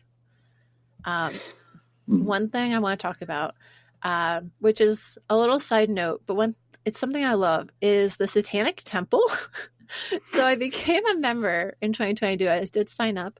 And besides the joy of horrifying people with that idea, I really do genuinely like their mission. So their mission includes, this is just taken from their website, encouraging benevolence and empathy, rejecting tyrannical authority, advocating practical common sense, and opposing injustice. And they're pretty badass with the actions they take that align with these beliefs. So on their website, they talk about confronting hate groups, fighting to abolish corporal punishment in public schools, applying for equal representation every time religious installations are placed on private property, and legal protection against laws that are unscientifically made to restrict people's reproductive access, and things like that. So in Oklahoma, just as an example of something that happened, the Satanic Temple asked to erect an 8-foot satanic statue at the state capitol. And why? That was in response to a monument of the 10 Commandments being put up, because they pointed out that the First Amendment in America requires all religions to be treated equally. So if you can put up a statue of the 10 Commandments, we can have an 8-foot satanic statue, because all of religions are valid, right? And so I just love how they play the same game as religions, but for a different mean. They're trying to get a different result. It's like, oh, you want to preach to kids under the guise of religion? Great, then we're going to do that. Oh, you want to advertise religion on public property? We'll do that too. Oh, you want to restrict abortion access because of your religious views? Well, we want to expand abortion access because of our religious views. That's part of our belief system. And so it's like this balance. And so it's like the laws of thermodynamics. Every reaction has an equal and opposite reaction. And so for the social media for this episode, I think what I'm going to do is I'm going to take those East Kilbride, Christadelphian social media posts, and I'm going to make my version. So we'll have a random Bible verse, and I'm going to say what it means based on my personal values. And so I'm going to show the exact opposite points using the same book, and just like someone from the Satanic Temple would do. And you can't complain. You're using the Bible to hide your hate speech in plain sight. Well, I can use the Bible to advocate for my beliefs. I think you should start your own cult. This is actually how I'm starting my cult. It's the Life After Leaving cult. I'll be a member of it. I sign up. Thank you. First class, of course, like John Thomas would say. Member first class. I'll be your Robert Roberts. Oh, thanks. I don't know what I've just signed up for, actually. I've just signed my life away without questioning it. So we can loop back to our story now. So the National Secular Society, their head of policy, Megan Manson, agreed with my decision, questioning how this was allowed. And so she said, quote, "It is concerning that OSCR is unable to intervene on a charity that promotes anti-vaccine conspiracy theories or anti-gay propaganda if the charity is able to frame these messages in religious terms. We fail to see what active benefit East Kilbride Christadelphians is providing the public, while it is quite easy to see how its anti-vaccine and homophobic messages could cause detriment and harm," unquote. So just what you were saying, what benefit are they providing to the public? Because that is not documented, and they're saying we should be a charity because of our public benefit. Yeah. And some of the other messages I saw were things like this one: the rainbow only belongs to God. And I feel like that's just code for we hate gay people, right? Yeah. Like, why else post that? The rainbow is reserved solely for remembering the genocide and murder of everybody on the planet. Yeah. Like, no one else is allowed to use it for any other purpose. Also, in June last year, I saw a really good post breaking down the history of the rainbow. So I may be able to link to that too for anyone who wants to read about some of the history and why that is a misconception, that the rainbow only belongs to God. There was another one of white Jesus saying, "Do not think I have come to bring peace." And I assume what that means, the way I'm interpreting that, knowing Christadelphian teachings, is we're looking forward to Jesus returning so we can help murder you. Like, that's right. That's kind of the vibe, is like, we're excited for the apocalypse, and it's not peace. It's going to be death. And then another one that they did was the fear of the Lord is hatred of evil. And again, they're leaning into like this hatred aspect. And so I feel like they're kind of saying, we will judge you as evil if you're different from us, and that justifies our hatred of you. Like, that's kind of the messaging I'm getting that's implied from that. Yeah. And then at the end, here's a quote that I found from their Facebook page where they actually wrote a text post instead of just sharing aggressive memes. And at the end it says, quote, "Consider renewing your association with the Lord Jesus. We would love to see you again," unquote. You're just shaking your head. I'm just imagining what the East Kilbride Ecclesia looks like on a Sunday morning with 5 really old people sat in a dusty room because no one else wants to go there. I can picture being only old men, just only grumpy old men who feel like they just can't handle the modern world being a tolerant place and them not being at the top of a social ladder anymore everywhere. Yeah. Yeah. And other people having different opinions to them, and they can't handle it. They're just pouting. So yeah. And the implication that this then comes to is, if you're saying that all these hateful posts are just preaching your religion, then are you a religion or a hate group? Because their messaging is really just venting like this hate and aggression towards different groups of people. It's not encouraging a love of God's word. When I left the Christadelphians, I was getting messages talking about how I'm losing hope, how I'm avoiding the truth, and, I'm not doing enough Bible study. But if you look at this Facebook page, it seems to be all about tearing people down, causing divisions. It's not spreading hope, because I'm not seeing any of that on this Facebook page. That's true. Like, why aren't they talking about their lectures and being like, hey, we have a lecture this Sunday. Why aren't you talking about your doctrines and being like, hey, and just in, Hosea, it says this, la, la, la. Why aren't you sharing resources to help people? If you're saying, oh, we're concerned about COVID, why don't you, start like a meal exchange program or something to help people in your community if you want to do something to help people, as opposed to telling them to avoid vaccines?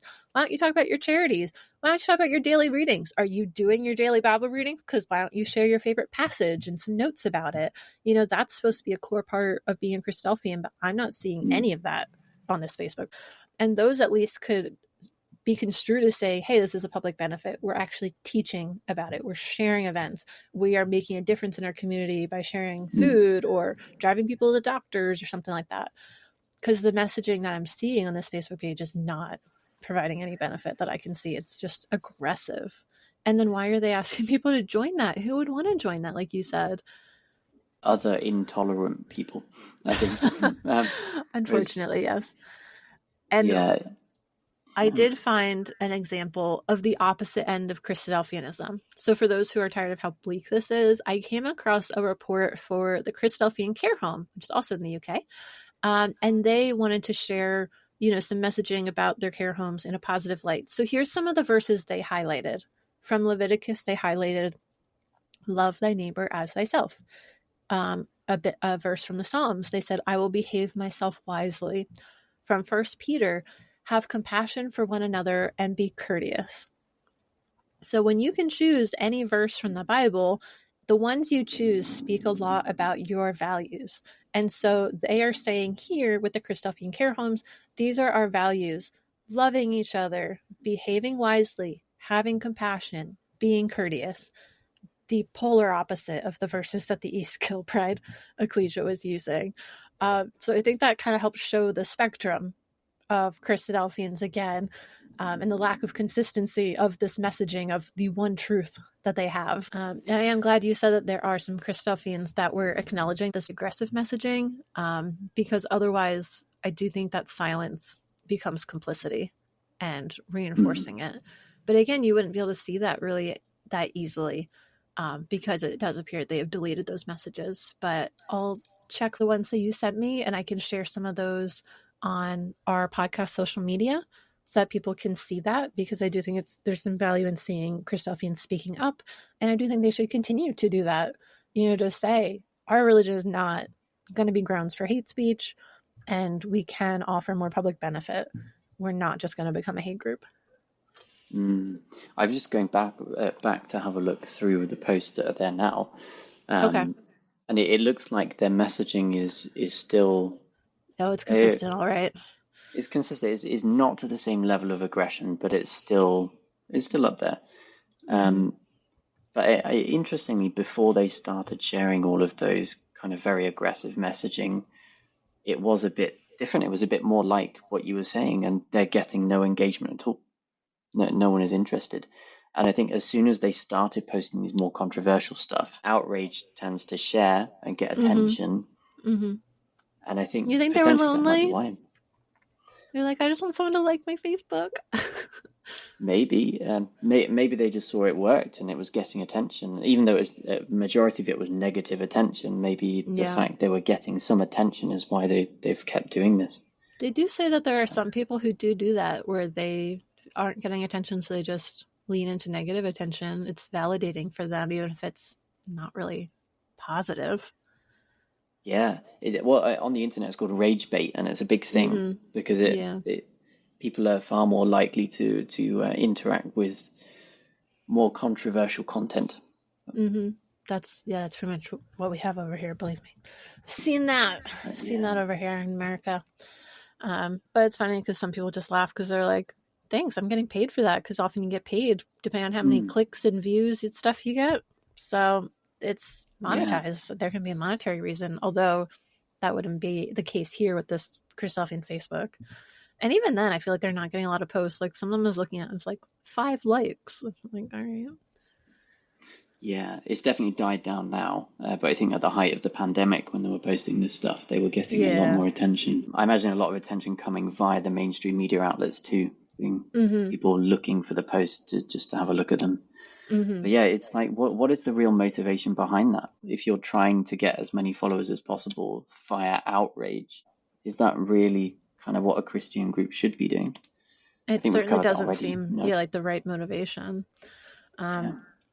Do you remember if the Christadelphian magazine ever spoke out about this? Or like threatened anything? Like, hey, if you keep posting, we're going to disfellowship this ecclesia or something? I didn't see anything public. Definitely nothing Robert Roberts level. Robert Roberts would have shut this down. I feel like he would have sent... one thing he did once was send everybody a card to like vote and said, you need to vote on this now. And I feel like he would have shut this down. Like a week turnaround. He'd be like, we all voted, you're out. Yeah, I imagine there were probably meetings and conversations that were held behind closed doors. Yeah, I certainly didn't see anything published. And see, I'm glad individuals spoke up about it, but considering the Christadelphian magazine is a larger mouthpiece and official representation of the Christadelphians, I do wish that there was something from them. That was a statement being like, yeah, we don't endorse this as, kind of the headquarters of the Christadelphians, Yeah. All right. So if we're ready, we can move to our third story, which is similar, but kind of a wider scope. Because the National Secular Society, which we just talked about, they also investigated Christadelphian charities in 2019. So that was a few years before this. And so they have an article that's still on their website called NSS, the National Secular Society, refers Christadelphian charities to regulator. And so apparently 6 of the charities that were investigated listed the website thisisyourbible.com as their official website. Do you remember that one? It rings a bell, but... okay, so I remember this one. So I think it came out when I was in like middle school or something. I was definitely younger. And I remember they passed out stickers for it at our Thursday night Bible class. And so this website is sponsored by Christadelphians. And the idea behind it, I believe, is that the public could ask questions about the Bible and a Christadelphian, like a regular Christadelphian, could write answers to those questions on the website. So it was supposed to be an engaging way to teach people about the Bible. And anyone around the world could participate, basically. And so I remember my dad took this sticker of thisisyourbible.com and put it on his car. And he always drove around with this sticker on his car. So when I saw this article, I sent it to him and I was like, hey, Dad, just so you know, the group you're advertising in your car was investigated for hate speech. And he did not text me back, which is normal for my dad. But he got an entirely new car. So I'm just going to assume that he was like, yeah, we're just going to throw the whole car out with the sticker. But I cannot verify that claim. But yeah, that's what I remember about the This Is Your Bible. But as far as I know, it kind of languished. I looked at it recently and skimmed through, and I opened a number of different like questions that were answered, and they were only answered by like 2 different guys. So it doesn't seem like it was as interactive as they wanted. They wanted like everyone to become like a Bible tutor at home on their free time. And Christadelphians already have a lot on their plate with the volunteer work for the church. So I don't think that took off the way they wanted. And it's a lot of pressure to like have to craft an official response to the public, I think, as well. And when they did this investigation in 2019, it also listed some of the charities, and one of them that I recognized, which is kind of a bigger name, was the Christadelphian Bible Mission. Have you heard about that nonprofit? I've heard it mentioned, but never in negative connotations. So I'm very interested. Yeah. So the claims that they were investigating that was on the websites and kind of advertised through these charities were that the charity's content implicitly condoned the death penalty for homosexuals and Wiccans, associated being LGBTQ with child abuse, rape, bestiality, disease, and Nazis, advocated physical punishment of children, stated that women should be subservient to men, which that's not new, and demonstrated intolerance of people with Asperger's syndrome. Yeah. Any of that surprise you? Really, actually, none of that does surprise me. Which is quite shocking to think that... I'm surprised that some of this isn't on the East Kilbride Christadelphians Facebook, actually. This should be exactly what they're sharing. They're falling behind. They've got some work to do, Yeah. You're missing a few of these on your page. But I think the impact is so much more because this is multiple charities sharing this on like official websites as Christadelphians, as opposed to being like, oh, that one ecclesia's. Be very interested to see the original quotes that kind of sit behind. You can. Are they on there? I can send it to you. So they have an entire dossier. I don't know, I'm not fancy. On that, and so they basically like screen grabbed and quoted all of the things that they found for the report, and they've kept that up on their website. So the link will be in the show notes, and all of this is still available to view. You know, all of the evidence that they used to submit this claim.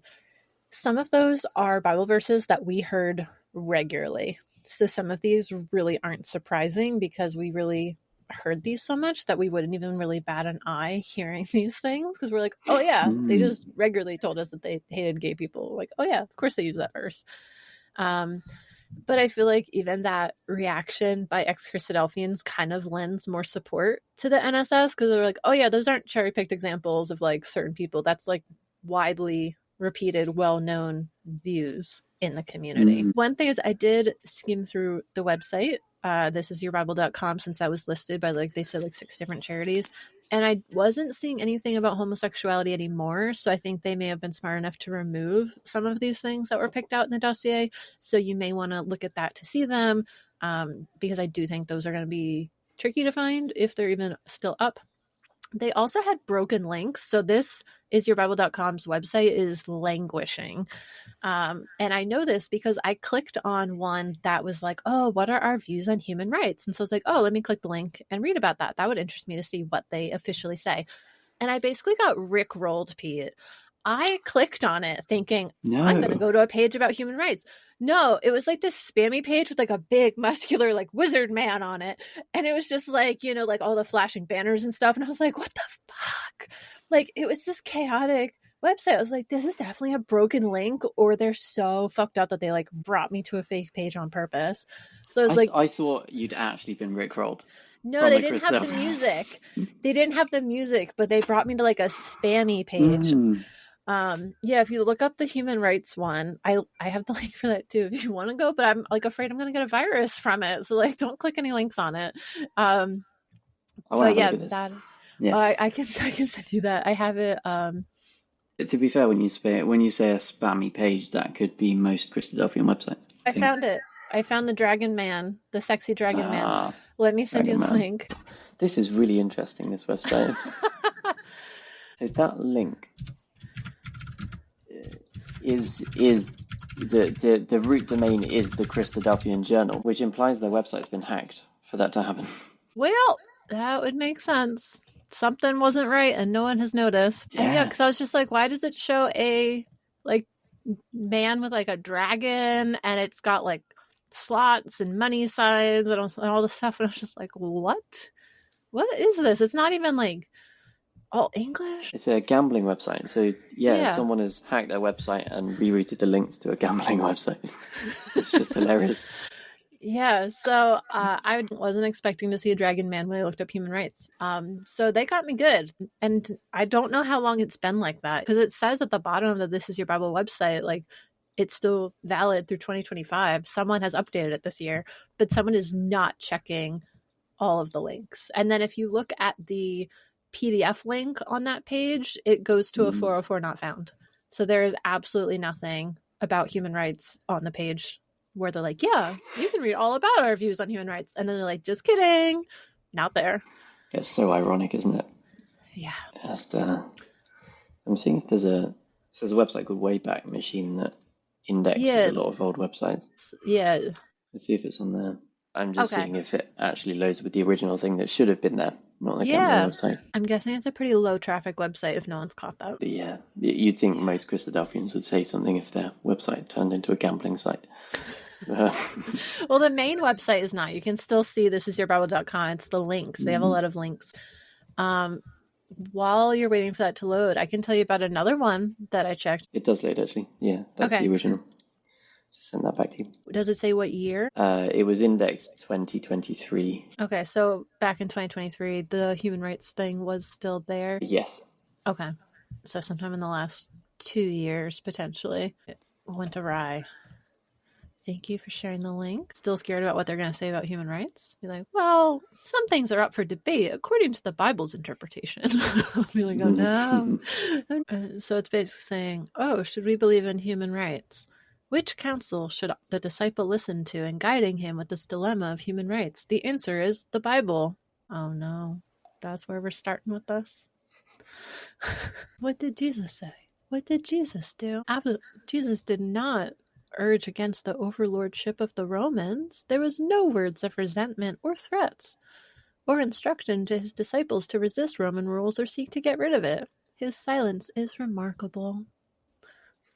Don't speak up against injustice, kids. Human rights as we know them were scarcely acknowledged in the time of Jesus. For slaves, they were non-existent. Oh yeah, this is going to be quite a message. Let's not look at the Old Testament though. God. All right, so let's go back to where we were, because we gotta get through this. People can feel free to read the dossier. There's page after page there, so I'm not going to cover all of that, but I'm going to mention an example here. And so one of them goes off script from the Bible, because, Christadelphians just believe the Bible. They share Bible verses, right? This one is not a Bible verse.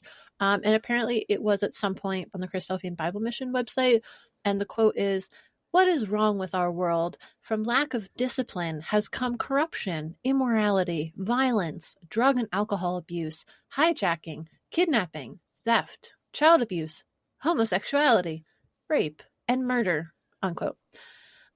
So yeah, they're saying that it was lack of discipline causes homosexuality, and they just throw that word in there in between child abuse and rape and murder. And I was like, interesting, because most of the things on this list are crimes, and it's a crime because there's a victim. Children are harmed, bodies are violated, things are stolen. And I'm just like, who's the victim of homosexuality? Like, just two people in a relationship. What? So I found that one pretty interesting, especially since we've already documented some Christadelphians who are perpetrators of child abuse, rape, and murder, sometimes all three by the same Christadelphian. And we're going to share more stories today about these things within their community. You look distracted. Are you reading the dossier still? Yes. Something really interesting. Again, that word interesting. I find everything interesting. Yeah.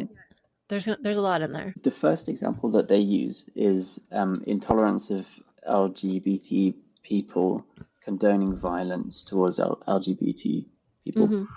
Mm-hmm. So it quotes what they put on their website. And on their website, they've quoted a Bible verse. Mm-hmm. And they haven't actually said anything in addition to the Bible verse. It's just not the Bible in that verse one, itself. yeah. Not in that one. Yeah, that one was more of an implication. But the Bible verse itself is the problem. Yeah, it says they should be put to death. And they're like, yep, this is what the Bible says. So this is what we're into. This is what we agree with. Yeah, I don't know how to say this. It's like... It's like maybe you should find a different book to, circle your life around.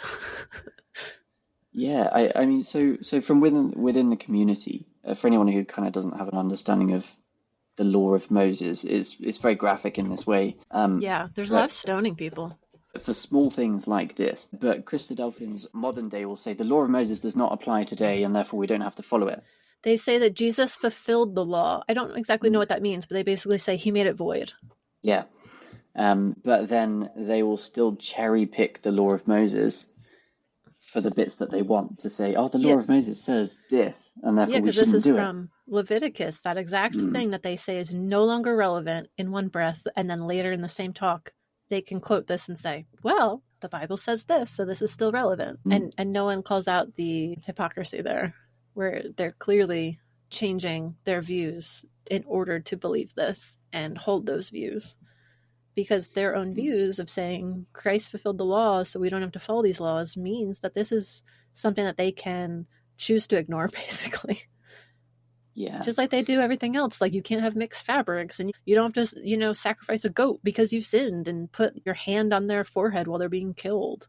Like, all that stuff. They don't do any of that. So why are they using this verse from this Leviticus law? Because I think it's brilliant that this is the first example they've used, because they're drawing to the fact that it's the Bible that is the problem. It's these views here. You have a God in the Bible who's defined in his own words that homosexuality is an abomination.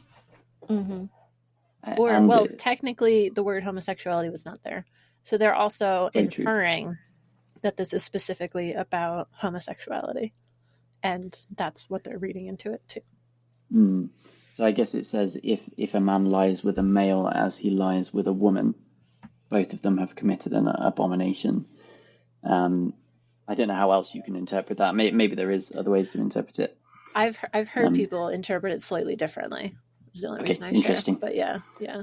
Interesting, Pete. Interesting. It's very, I always find new interpretations of things interesting. But yeah, I guess assuming that it is about homosexuality, it always confuses me, this argument that God changes his mind on what is morally right and wrong over time. Like if he's defined that something is wrong back then, how can he just suddenly change his mind that actually it's okay today? I mean, I feel like Jesus did that. Jesus showed up and he's like, "Nah, man, it's cool. We're not going to stone the woman who committed infidelity." Whereas in the Old Testament, they're like, "Oh, hell yeah, we're absolutely going to stone her," like the whole community. Yeah, because I guess in the beginning he defines right and wrong. He defines what good and evil is. And you'd think, or I would think at least, if it is an all-powerful being doing this, that wouldn't change. You would think, but again, I don't even believe that the Bible is this infallible, perfect thing. I mean, there's 2 different creation stories already in the first book of the Bible. It's like, okay, you don't even have your story straight there. And I'm supposed to trust that everything in this book is perfect and hasn't been added or changed or anything. And later, if I remember correctly, people later added the word homosexuality to the Bible or something like that. So I think it was like the 1940s or something.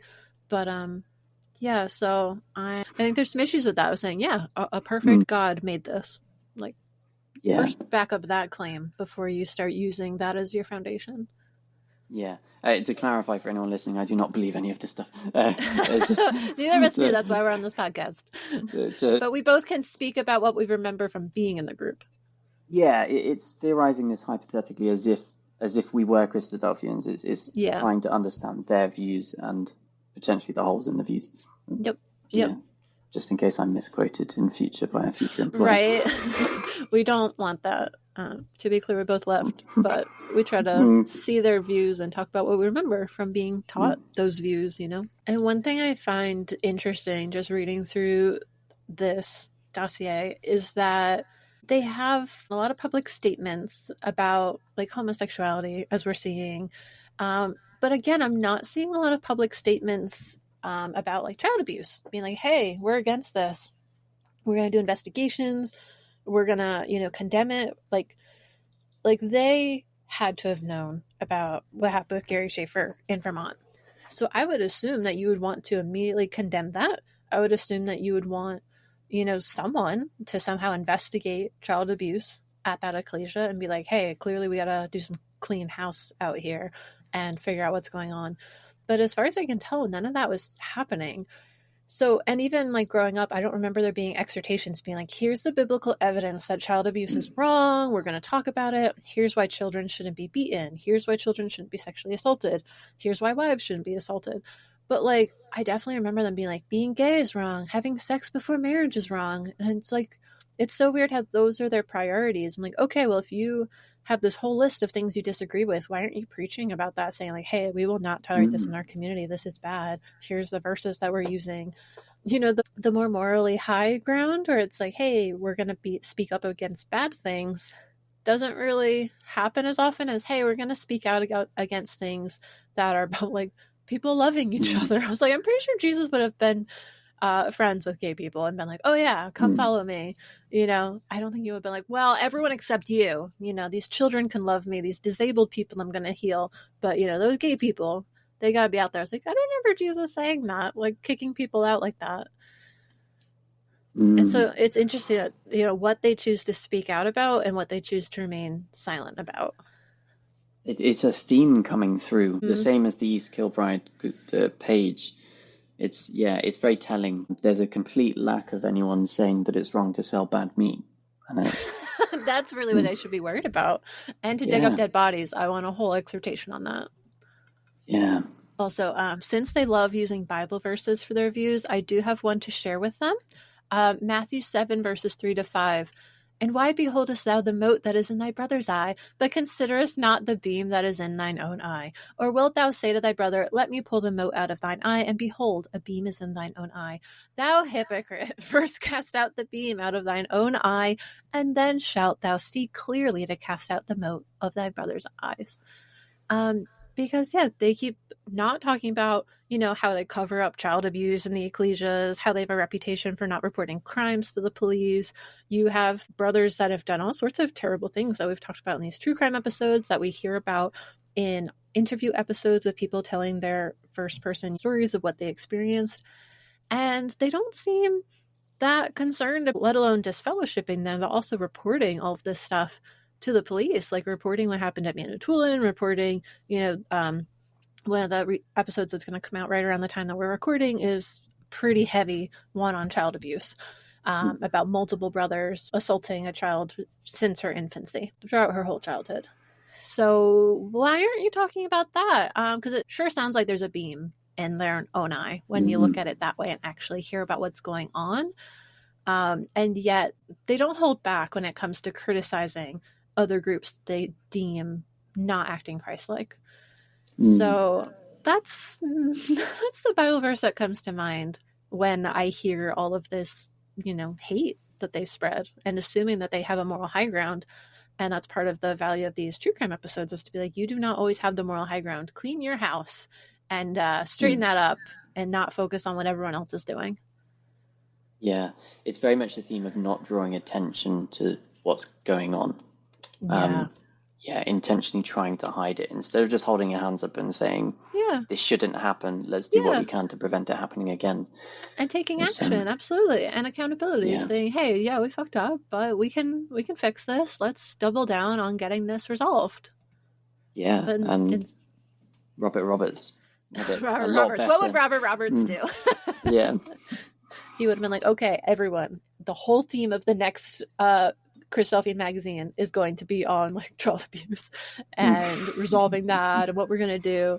And it would be like episode, like edition after edition on whatever's going on, what they have to focus on. And then at the end, we gained 7 new members this week. Yeah. There is another funny part of the website that I found on thisisyourbible.com. You can tell me what you think they said. I had to click on this one. Someone asked the Christadelphians whether or not using sex toys is sinful. What do you think they said? What do you think they said? I really don't know, to be honest. Right? It could go either way. I can't think of any verses that you would use that would even be relevant to this. Yeah. My gut is probably saying no. So, thisisyourbible.com, one of the mouthpieces of the Christadelphians, says that God does not prohibit sex toys. So if he doesn't prohibit it, then it is allowed. I feel like that might be a bit of a dangerous precedent to set. And the reason why I do think I agree with you is because I feel like that's more support for gay people, because God didn't say anything about what's going on in the bedroom, and they're like, well, you shouldn't lie with them as a woman, but with a man as you would with a woman. But it doesn't sound like you've got a strong case against lesbians. As long as they're using a sex toy, they're not lying like with each other like it's a man with a woman. Now it's its own unique thing. If you've got the sex toys in there, so I think we need a new podcast episode on loopholes in the Bible, because I think you've just found a Join very us. big loophole there. Right? They're like, oh, well, you Yeah, can't do it this way, but, as long as sex toys are in there, God doesn't say that's wrong. yeah. Mm-hmm. I mean, the Bible says nothing about tanks, so Yeah. What other loopholes can we find? Yeah. Also, another thing that I found, which I feel like they conveniently leave out of the homosexuality views they spread, is the Bible says in Galatians 3 that there will be neither male nor female. And so why do they act like God cares so much about gender? God just said, hey, long-term, gender is not a priority. Actually, I'm just going to get rid of that completely. So, why are you focusing on the Old Testament? I thought you were looking forward to the kingdom. And in the kingdom, no genders. Everyone's going to be androgynous. Come on, get with the program and just start being androgynous now. And God will be like, hey, they're all ready to go. Drop that whole man and woman thing and just everyone. Let's go that direction. I think so the question about sex toys is very interesting, because I think in my episode I spoke a lot about the anxiety that is driven within the community, and this is just such a clear demonstrator of that every single little aspect of life you have to question as to whether is this morally right or wrong, and is this biblically supported or not. Yeah, that is the anxiety that drives every single decision and thought in your life within that community.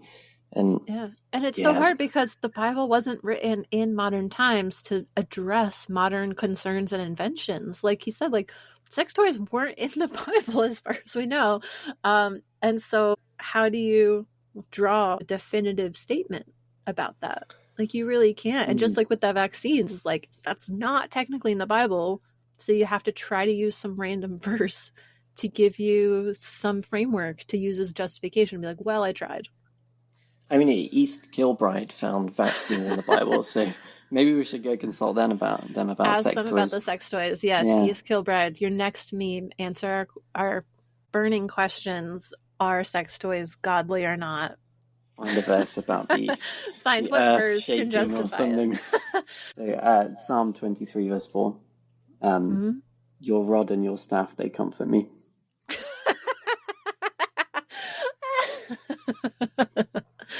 I'll leave that to you whether you keep that in. This is just becoming a dirty Bible verse jokes podcast episode now. Send us your dirtiest Bible jokes. Next episode. Bible verses, yeah. You're not registered as a charity, so it's fine. I am not a registered charity. I am allowed to cause mayhem. Yes. Although that would also be doing a public service. I do think this is for the public good. This is education and fighting against injustice. Yeah, and furthering the cult of the ex-Christadelphians. And furthering the cause of the Satanic Temple. One other thing that I saw recently that I found interesting for just kind of a general discussion was about Christadelphians, but why Christians get so mad about homosexuality. Because again, it was who's the victim? You're just bothering two people in a relationship and attacking kind of a subculture that you're not a part of. But what someone pointed out is that a lot of these conservative Christian groups potentially hate homosexuality because if you think about it, their power hierarchy is based on a gender binary. So in their culture, your gender determines your access to power. And we do see that in the Christadelphians. Men have all the power, baptized men, married men. You go up the more status you get by check that off, ding, ding. And so when they see these gay couples who are not defined by their gender and who potentially model more equality in relationships, and it's not a gender-defined power structure, it does actually undermine their dogma and their power structure, and it shows that the rules they're enforcing that they're claiming are innate, and biological, are essentially made up. So when you think about it that way, it makes sense why they're so loud, because they're fighting to keep using this model that they use as a high-control group, and these regular people just living their lives are kind of undermining that structure that they have set up. So it is a threat, because then they're oh, well, people can see that and be oh, we could actually have equal marriages where we practice equality, and we could have equality in the ecclesia, but we don't want that. We're just going to say it's sinful. And so that's why we have to fight these relationships, because it models a healthier, meeting structure. I've not thought of that before. Yeah, interesting. Yeah, I thought it was a really interesting perspective. And again, I think if anything, that would be unconscious. I don't think that's necessarily something that they think about either, but it explains why it can be so triggering too. And then I also went back to the United Nations Declaration of Human Rights and just read through again. And it talks about, men and women of full age without any limitation due to race, nationality, or religion have the right to marry and found a family. They have equal rights for marriage, during marriage, and the dissolution of marriage, entitled to all of the rights in the Declaration without distinction of any kind. And so just saying like, yeah, it's a human right to be able to marry who you want. So again, it shows Christadelphians being anti-human rights, which is why I was interested to see that article. And if you read it, they don't come out and say it. They kind of ease you into it and throw in a lot of Bible verses. And then they're like, see, Jesus would have been against human rights. And I'm like, oh, that's why you didn't say from the beginning, yeah, we're against human rights. But they are. So again, not a great basis. And then the other one that I found really interesting was their conversation about Asperger's, which is now just called autism, because the website said, quote, Asperger's can be used as an acceptable excuse for behavior which the Bible condemns. And they also said, behavior categorized as sinful by the Bible has become redefined as an intrinsic condition or disorder over which the sufferer has no power or ability to change, unquote. So they're saying you just want to sin and you're saying you're autistic as an excuse to get away with sin, basically. And I don't know, they weren't specific. So I was like, what behavior is so sinful? Like talking for an hour straight about a topic that you have way too much knowledge about, because isn't that just an exhortation? You're telling me that that's sinful? I don't know. And there wasn't even a Bible verse there. So I really don't know that much about that. And I feel like that also invalidates the fact that there are autistic people in the Christadelphian community. And so I'm like, okay, well, you're calling these people sinful for existing? I think there's probably a high correlation of autistic people in the Christadelphian community. I feel like Robert Roberts is very, very likely that he was autistic to begin with. And I talk about that in the Robert Roberts episode, things that seem like they could indicate that. But I also found it interesting how hating on autistic people basically hits so many minorities and communities at once. Because here's just a few statistics for people who may not know a lot about autistic people, but they're more likely to have more co-occurring disabilities than neurotypicals. Autistic people are more likely to be queer. So potentially you could also be attacking people that are gay by attacking autistic people. They're more likely to be underemployed or unemployed. So you're more likely to be attacking the poor. And the reason the name Asperger's is no longer used is because the man who this label was named after, Hans Asperger, was responsible for selecting which autistic people could be treated and exploited. And so that would basically determine if they were valuable to the Nazis. And if they weren't, they were sent away and murdered. And that preceded actually the whole, internment and murder of Jewish people in the Holocaust. They were already doing eugenics with autistic people.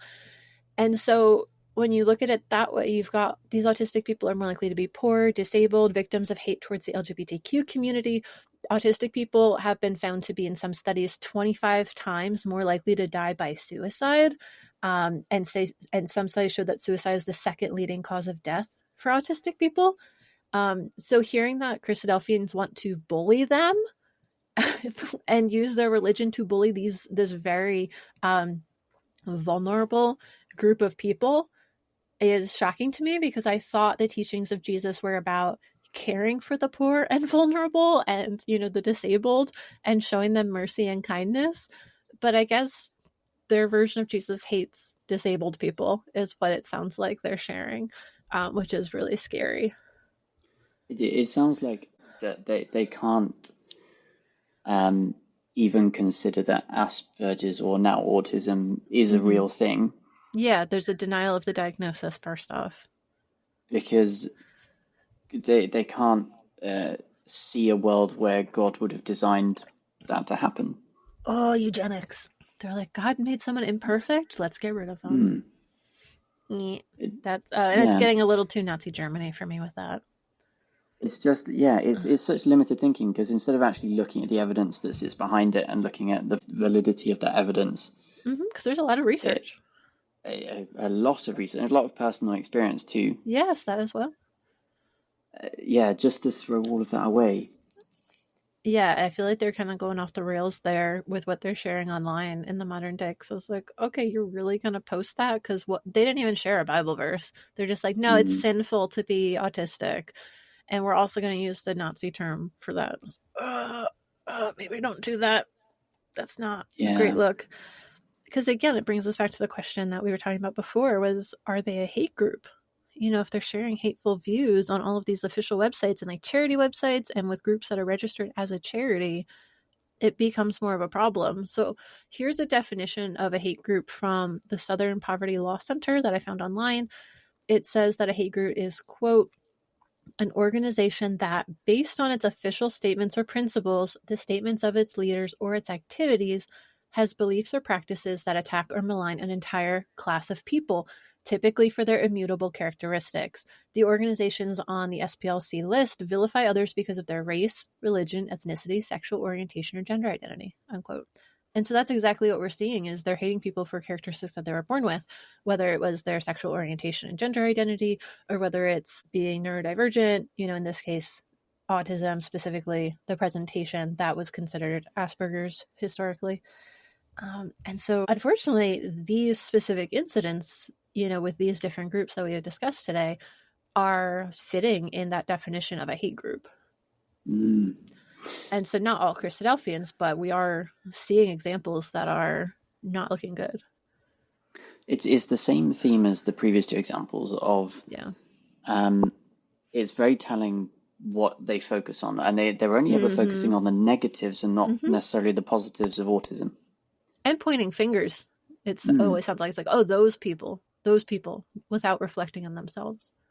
Yeah, it's something interesting I've noticed happening in that most people's definition or understanding of what, say, ADHD or autism is based on their observation or experience of how that condition impacts them as someone entirely different. It's the inconvenience that it causes them. It's the social cues that inconvenience them or they find rude. Instead of looking at the bigger picture, that there's so much positive to autism as well, right? There's a deep focus, pattern recognition, generally far more honest and direct, A sense of far justice more reliable, often. sense of justice, very good at problem solving, Mm-hmm. and the list goes on. But they're just Yeah. focusing on the few negatives that they see that impact themselves. Yeah, they'll be like, oh, well, socially they were awkward with me, and so that made me feel bad or uncomfortable. I'm like, okay, how do you think they feel? Do you ever think about making them more comfortable in social Yeah. situations? It does tend to be, reflecting with a deficit viewpoint and reflecting on always making the majority party, the neurotypical, which would be the opposite of neurodivergent, on how that party is. And so it is funny because some online spaces that are where autistic people are speaking, they flip the script sometimes and they'll be like, well, they complain that we're literal minded and we'll complain that they are not literal minded. And that's a deficit that they have is they can't think literally. They keep putting meaning into things that aren't there.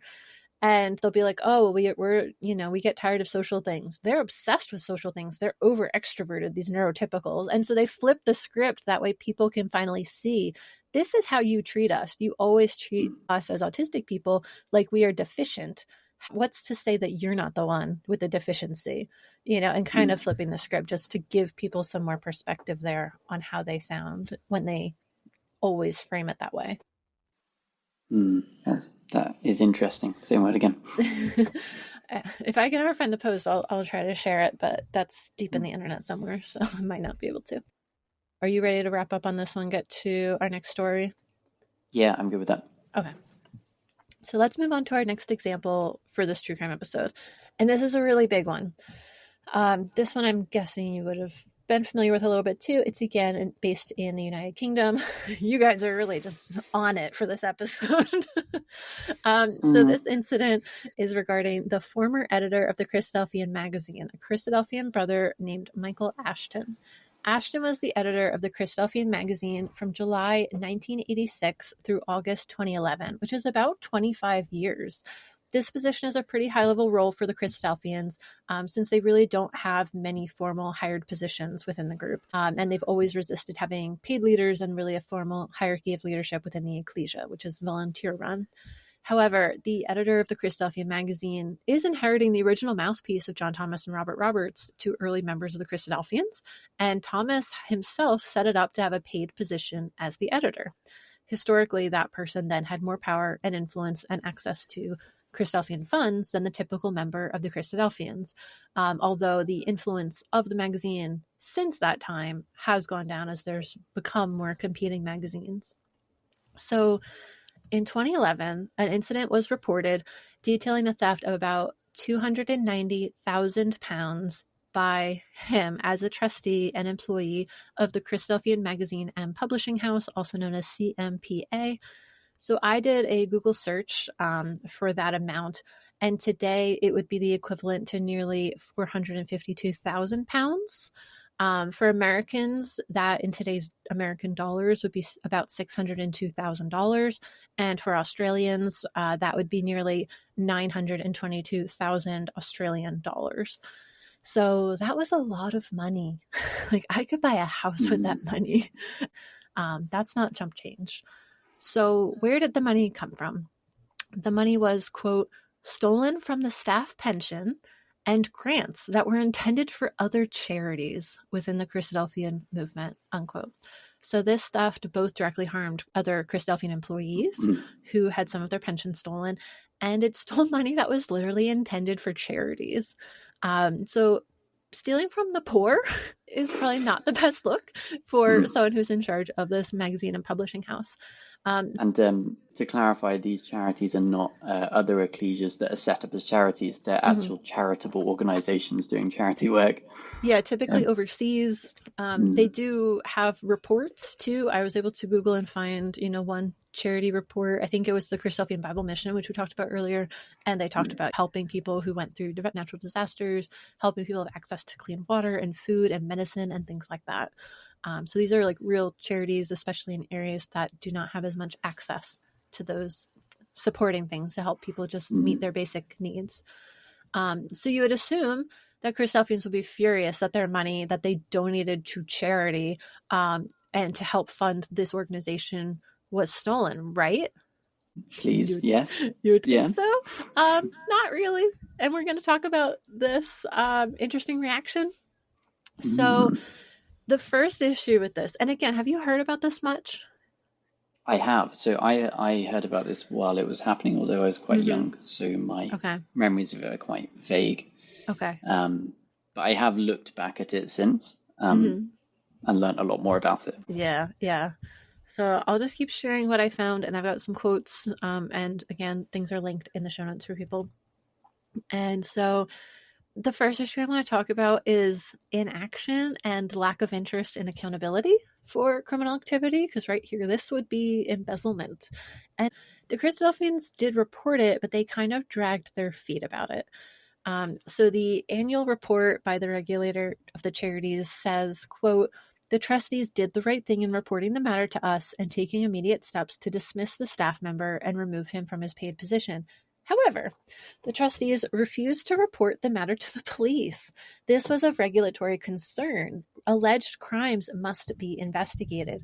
We were also concerned that although the individual said he would repay the funds, the trustees had not secured a formal agreement. We also needed to make sure the trustees put proper controls in place to prevent further losses," unquote. So here we can see they were kind of doing the bare minimum, where they did report it as they had to the charity regulator, and they did remove Michael Ashton from his position, but they weren't getting it investigated. They weren't putting in place things to prevent it. And they weren't actually making sure that they got the funds back. But again, are we really surprised that they didn't go to the police? No. That's a pattern we're seeing. Just like I said, we're going to go back to talking about that. They tend to be more interested in hiding things than actually getting to the truth of what happened. I think it is very telling that when I was looking into this, I found far more information about this from other sources like company outside accounts, sources, outside sources, company accounts that they're legally obligated to publish, and Yes. also the Charity Commission, I believe, that published their view of it. And it's almost silence from Christadelphian sources. There's nothing there. And I'll share what I was able to find from the Christadelphians, but it's not much. And we'll discuss what we see as omissions, what they didn't discuss. Because I think that's, again, telling how tight-lipped they were about all of this. Because this is a big deal. So Ashton is recorded as being the editor through August 2011, like I said. So I would presume then when we come to discussing a timeline that this was presumably discovered in July or August of that year, depending on how long it took them to identify him as the culprit and have enough evidence to say, hey, we got to do something about this. And the Charity Commission says in an article by the Birmingham Mail that, quote, the Christadelphian Magazine and Publishing Association reported a serious incident to the Charity Commission in October 2011 concerning financial irregularities within the charity. So when I'm looking at a timeline, it does appear there was a delay of several months reporting this to the Charity Commission. And they said they're doing an internal investigation during that time. But a reporter in this article confirmed with the police that the police weren't doing an investigation. They had not been contacted.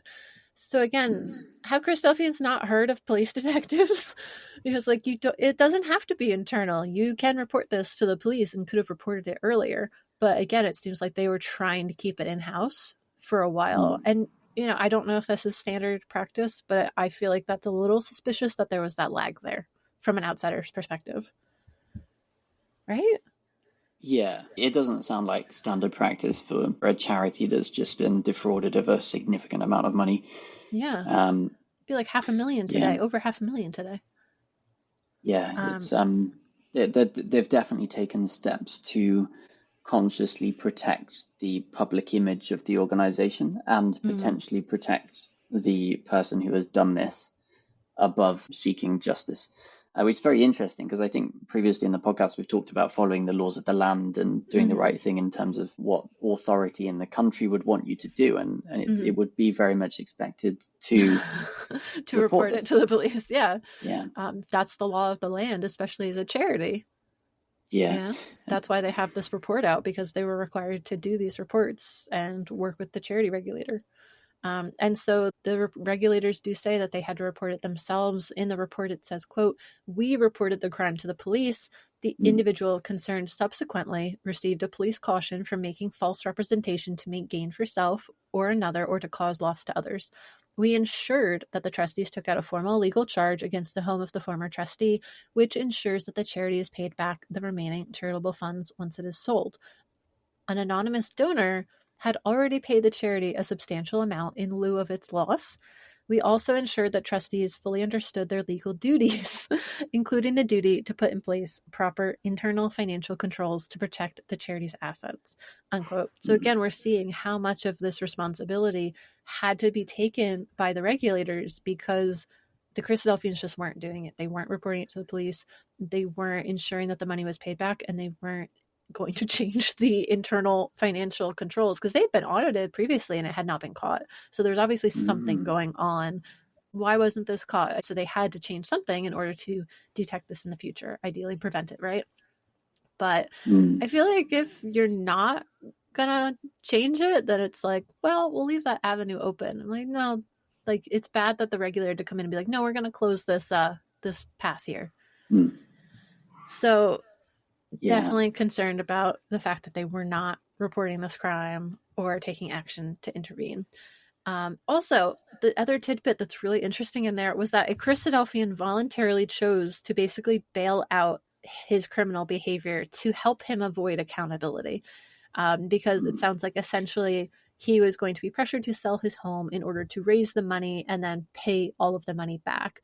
But someone decided, hey, we don't want him to have to sell his house.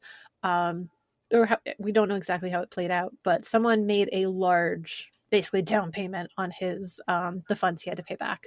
And so it sounds like, I should have added up what percent it was, but a large percentage of it was just given from someone else's account. It did not actually come from Michael Ashton himself.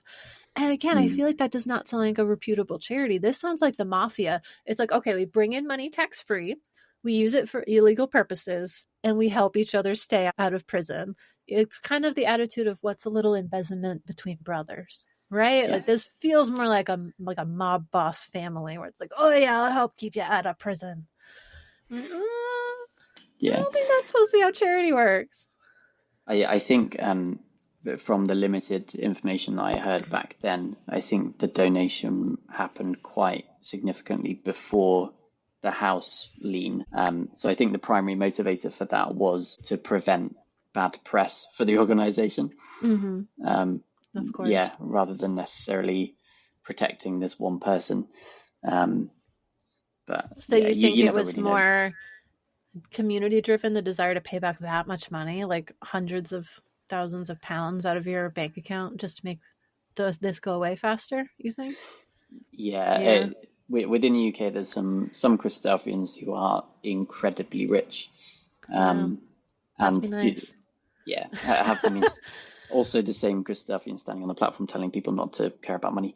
But that's another episode. But yeah, so there are people with the means to be able to do that solely because they want to protect the organization. But they didn't pay the whole thing back, which is interesting. They didn't make the problem go away. They were just like, I'm going to help a brother out, but I'm not going to go that far. Yeah. I heard rumors, and I don't know if this is true, so I don't know if you want to include this or not, that a lot of the money was spent on an extension on his home. I feel like I heard that, but when I checked the source, I didn't see that. So we'll include this as allegedly the case. Yeah. And just clarify that this is not certain. I think it's something I heard back then as a kid. So on the grapevine, it could be true, it could be false. Yes. I think he had an extension, and I think the assumption was made that he would have been able to afford it. Yeah, just because people knew him and his family, Yeah, so I guess he would not have the means to pay it all back in one go. So maybe this donor was just donating the amount of money that he did not have available to give back. But you don't know. Yeah, and I'll talk a little bit more about the repayment figures because we have a little more information about that as I keep going through sharing the information I was able to find. So we're going to continue with our timeline because apparently rumors started circulating when Ashton suddenly left in August 2021. He was replaced with a new editor by September. And so to address the rumors, the Christadelphian magazine inserted a short paragraph addressing the rumor in that edition of the magazine. Unfortunately, someone shared what edition it was in because it was not easy to find. It didn't come out until January of the next year, January 2012, that they finally addressed what happened with Ashton. So the Christadelphian magazine wrote, quote, "During recent months, brethren and sisters have become aware of some serious problems at the Christadelphian office, and we have received a number of inquiries about the resignation of the former editor. After prayerful consideration, we have decided to publish the following statement to clarify the current position. In recent months, the committee has discovered that the CMPA has been the victim of a series of systematic and serious frauds which have taken place during the past 10 years. We have uncovered thefts from various CMPA funds and from money sent to the office for forwarding to other Christadelphian charities. The total involved is well into 6 figures. The former editor has admitted misappropriating these funds. He has now agreed to repay all the money that was taken, and we have paid the missing donations to the charities concerned. We are deeply saddened by the breach of trust behind these thefts. At our request, the former editor resigned from his post and from the committee, as announced in the September magazine. We are undertaking a fundamental review of how the office is managed and are taking steps to improve our financial controls. We had a statutory duty to inform both the pensions regulator and the charity commission of the situation, and this we have done. We are very grateful to the assistant editor and the office staff for their dedication and hard work during this very difficult period. We are thankful, too, that Brother Andrew Bromhill has taken up the post of editor, and we ask for the prayers and support of all brethren and sisters for the work of the office in the days ahead." Unquote. And in addition, the Shirley Ecclesia published this statement in that edition as well. Quote, "We are sorry to report that we have withdrawn fellowship from Brother Michael Ashton due to conduct unbecoming a brother in Christ. We are greatly saddened by this, but seek to find a way for Michael to be restored to us once more." Unquote. So one thing that's interesting is the timing. I assume this came out right around the time that their yearly report went out. And people would have been able to find out about this on their own. So I'm wondering if that's part of the coincidence for why it came out at the time of year that it did, months later. They also seem to make it look like they were the ones initiating all of this action and ensuring that he paid it back, which the report that we read already shows that they dragged their feet and the regulator did that. And then we see that he was disfellowshipped, which is the Christadelphians' way of typically handling a lot of issues, is withdrawing fellowship, so you no longer would be a brother and you would no longer be able to take part of the bread and wine called the emblems as part of the memorial services. And typically people would stop attending, but technically I think you can attend, you just can't take on any of the roles as a brother. And again, this just clarifies some things. You know, the one source said Ashton resigned, whereas the Charity Commission report said he was terminated. So now we can see that it was basically he was told he had to resign, which just clarifies it because you're hearing two different perspectives. It also says that it was happening for at least 10 years, which is about half of his time as editor. You know, he was there for 25 years. So at some point after the 10-year mark, he was potentially doing this. And it's interesting how they kind of omitted how much the charity regulator did.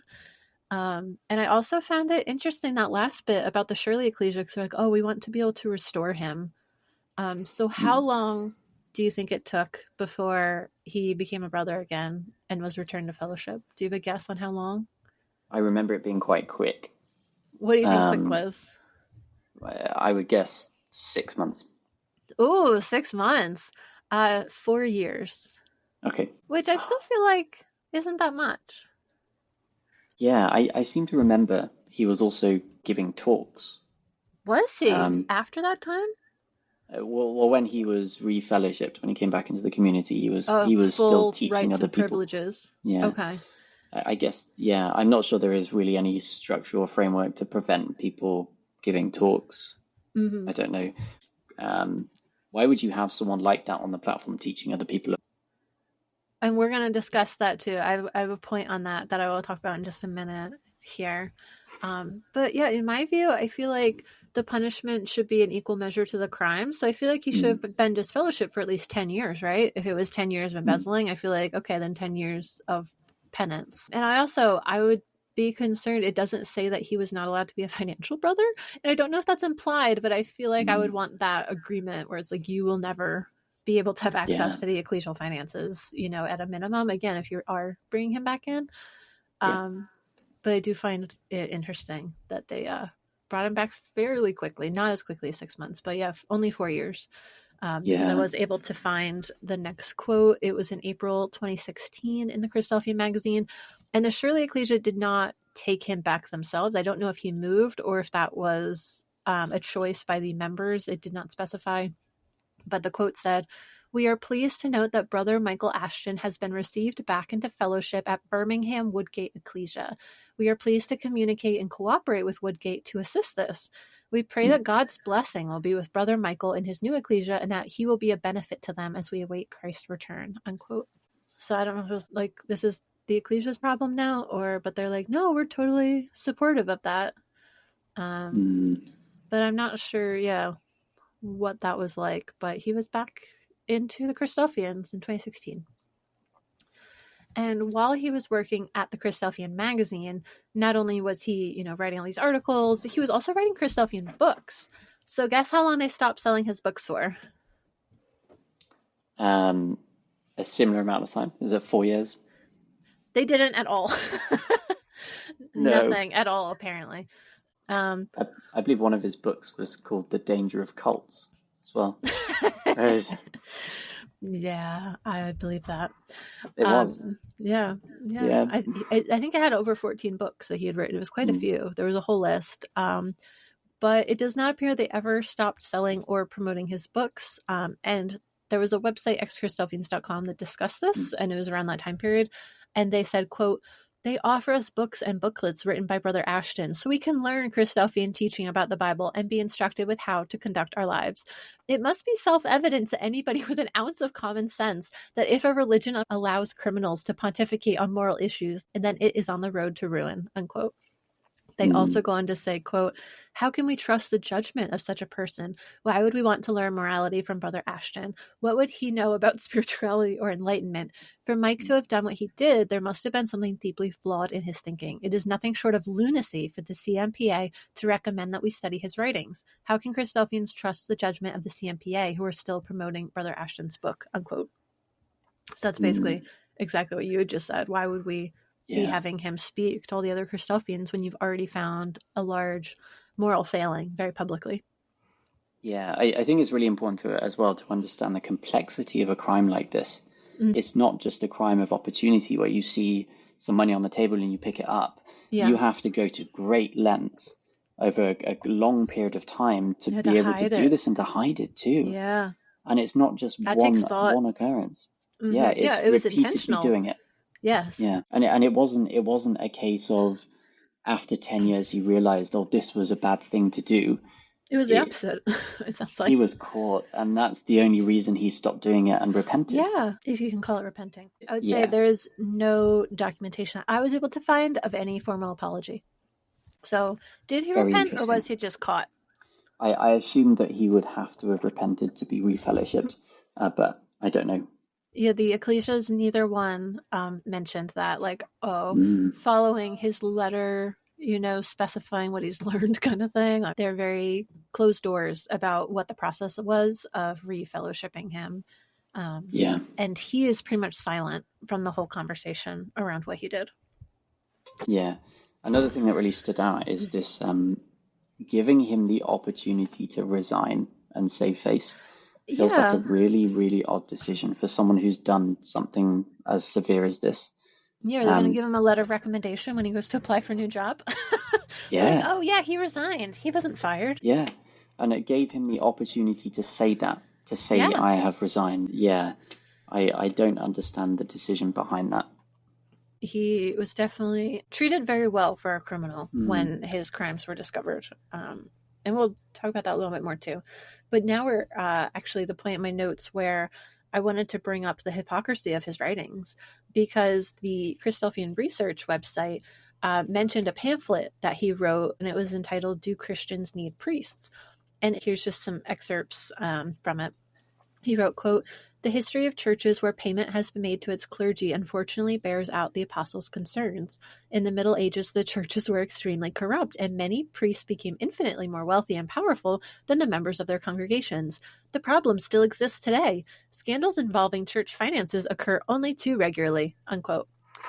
And the author of the website continued to sear him by writing, quote, "In writing this booklet, what Michael failed to mention was that he himself was supported by profits from the publications that the CMPA produced. The position of the editor of the Christadelphian itself is a paid position, and it seems as though large flows of donations also went through the organization to other Christadelphian charities. Not having a paid ministry doesn't of itself mean financial corruption is avoided," unquote. And so they were selling this book written by an embezzler who was criticizing other churches for their financial scandals, which is not the best look. And do you know at what point he wrote this, whether he was actively embezzling while he wrote it? I don't know. It would be interesting if it had a date. It would be interesting if this is where he got the idea from. So no, unfortunately, I just did a quick search and I do not see the date that was written. So it may be somewhere online, but I just don't see it. If I find it or you find it, we can add it to the show notes so listeners can see. Or if they know, someone can submit where they found it and tell me and I can add it in. If someone has this like at their parents' house on the shelf, you can just check it out, let us know. But yeah, so the hypocrisy there is pretty shocking. And again, maybe it was before he was embezzling himself, but either way, it doesn't look good after he was caught to see that. That website as well, written by Christadelphians, also says, "What do you think former editors would say?" And I was like, John Thomas probably would have said, like, "Don't get caught." I think Robert Roberts probably would have asked every ecclesia to vote about whether to disfellowship him and publish all the details on the front page of the magazine, just based on what I know about those two men. So those are all the key details about what happened, how it played out, and I have a few notes about some of my takeaways. I've already said this, but I found the reaction to the embezzlement was really underwhelming. Ashton never formally apologized, as far as I can see, publicly. There was issues with getting him to return all the money he stole because someone else paid it back. I feel like he was brought back into the Christadelphian community pretty quickly, so even his social impact of being like a pariah was pretty limited. And he didn't seem to face many, if any, legal consequences besides the lien on the house, because he didn't seem, as far as I know, to face any trial, and he faced no time in prison. And that's surprising because this could have had the possibility of prison if he had been prosecuted. So it's pretty shocking that that did not happen at all. Instead, his punishment was staying home from church on Sunday for 4 years. And I feel like that's a reward, not a punishment. Like, okay, you're richer. Yeah. You get to stay home, potentially in a house with, like you said, an addition or an expansion on it. And you get to keep the money you stole because someone else repaid it back for you. Like, are you kidding me? That's the punishment for this crime? That's amazing. Like, wow, why would you stop? Why wouldn't someone else do that again? Like, that's not bad. So I kind of have concerns of, like, did he learn a lesson, or was the lesson just don't get caught? Because it sounds like he wouldn't have stopped if he hadn't gotten caught. And it sounds like Christadelphians' behavior and response kind of condones embezzling. Like, they weren't really, like, on it. They weren't angry and active and proactive. They were kind of dragging their heels. And I feel like if you asked a Christadelphian specifically, like, hey, do you support criminal activity? They'd be like, no way. But when you get a case like this where they're like, hey, we have evidence of a crime being committed. Are you going to report this to the police and then make sure you prevent this happening? They're like, silence, secret meetings, hiding the evidence, not talking to the police. Like, those behaviors tell you what they believe. And so the behavior kind of points to, well, crimes are bad publicity. So we're kind of against crime, but we're actually more concerned with bad press. Like, that's what I'm seeing from it, in my view. And again, why would they continue to trust them? Like, there's a lot of Christadelphian charities, and if one charity got away with this and only got a slap on the wrist, why would other charities be deterred from doing it? And then I did find that the Christadelphian research website posted some more reflection about this back in 2015, which again is already 10 years ago now, but they did, think back on this. They hadn't forgotten. And they said the Christadelphian Magazine and Publishing Association, CMPA, has never been transparent about the embezzlement other than its initial brief statement. It has not discussed what it has learned, what changes it has made to prevent future issues occurring, how much money was recovered, what charities were affected, and so forth, neither to the Christadelphian community or its individual donors. Nor does it seem as though individual members have generally expected answers to these questions. It seems they are willing to accept that this is a lone incident and trust other members to have resolved any underlying issues, unquote. And maybe that's why financial scandals are so common in high control religions, because no one's willing to rock the boat and everyone is so trained to be submissive and passive. So everyone's just like, okay, they said that they took care of it. I guess that's done. Not my problem. Like, it's kind of shocking, but I feel like maybe that says something about the passivity of followers in this sort of religious environment. And then we do have a plot twist to tell you about with the ex-Christadelphian website that I've referenced a few times here. So there was 2 blog posts, and they were published in the same month. They were both in November 2013, so shortly after, all of this stuff was out in the open. So in the first one, the blog was the one that said that Ashton's books need to be thrown in a landfill instead of being sold, right? And like, why trust Ashton? So the ex-Christadelphian blogger seems pretty upset. But then the second post, and I'll bleep out Ashton's wife name because I don't know her and she didn't commit the crime, so I'm just going to remove that. The author says, quote, "It's not the 287,315 total stolen pounds that concerns me. It's the 73,766 pounds that remain unpaid and that poor old Mike and bleep are having to sell their home to raise in their retirement after Mike's lost his job with the CMPA. If there are approximately 50,000 Christadelphians in the world, they would each have to give Mike and bleep only 1.5 pounds each to allow them to stay in their home in their old age. What on earth do the Christadelphians think that they are doing? Don't they think that Mike did enough for them during the 10 years that he worked on their behalf? Did he do wrong? Yes. Should Christadelphians forgive Mike Ashton? Yes, they should. The CMPA should be ashamed of their hypocritical selves. They are not fit to run that organization. They have no understanding whatsoever of the meaning of the teachings of Christ. They are an open rebellion against his commands, and they are mocking his spirit, unquote. Like, did this website get hacked? I'm very confused here. Is this satire? I don't know. It sounds genuine. But it was the same month that they're like, yeah, throw his books in the fire. But like, if this is a genuine statement, then shouldn't they just say like, oh yeah, like sell his books, but use the profit to pay off his, deficit or something like that. But it sounds like they want to start like a GoFundMe so that this guy wouldn't have to repay any of the money he stole. Because again, someone else already paid the chunk of it. I can do the math real quick, actually, because the numbers are right there. 287, 315 pounds, and then someone paid 73,766 pounds. So it looks like the anonymous donor paid 213,549 pounds towards Michael Ashton's repayment, leaving 73,766 pounds unpaid. It annoys me so much because people don't see the opportunity cost of that.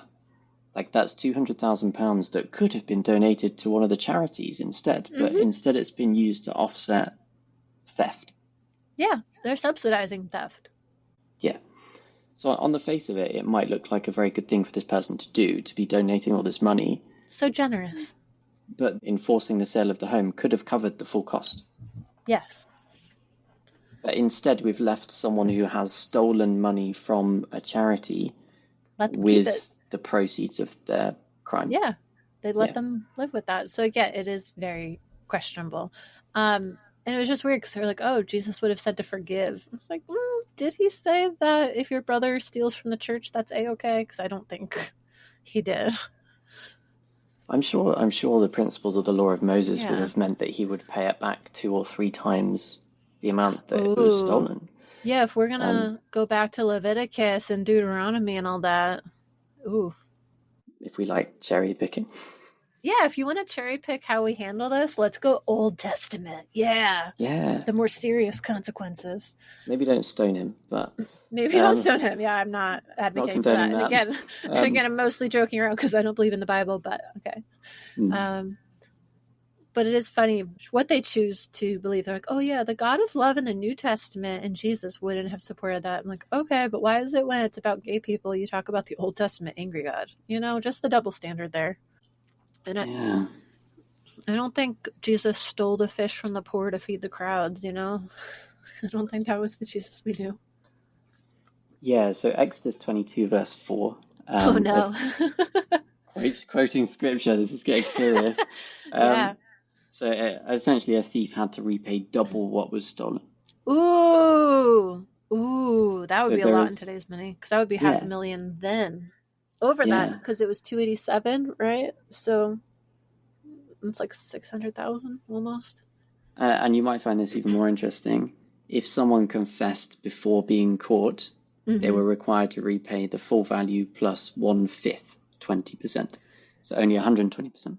Yeah. But I don't believe he ever confessed. I think it sounds like he was caught.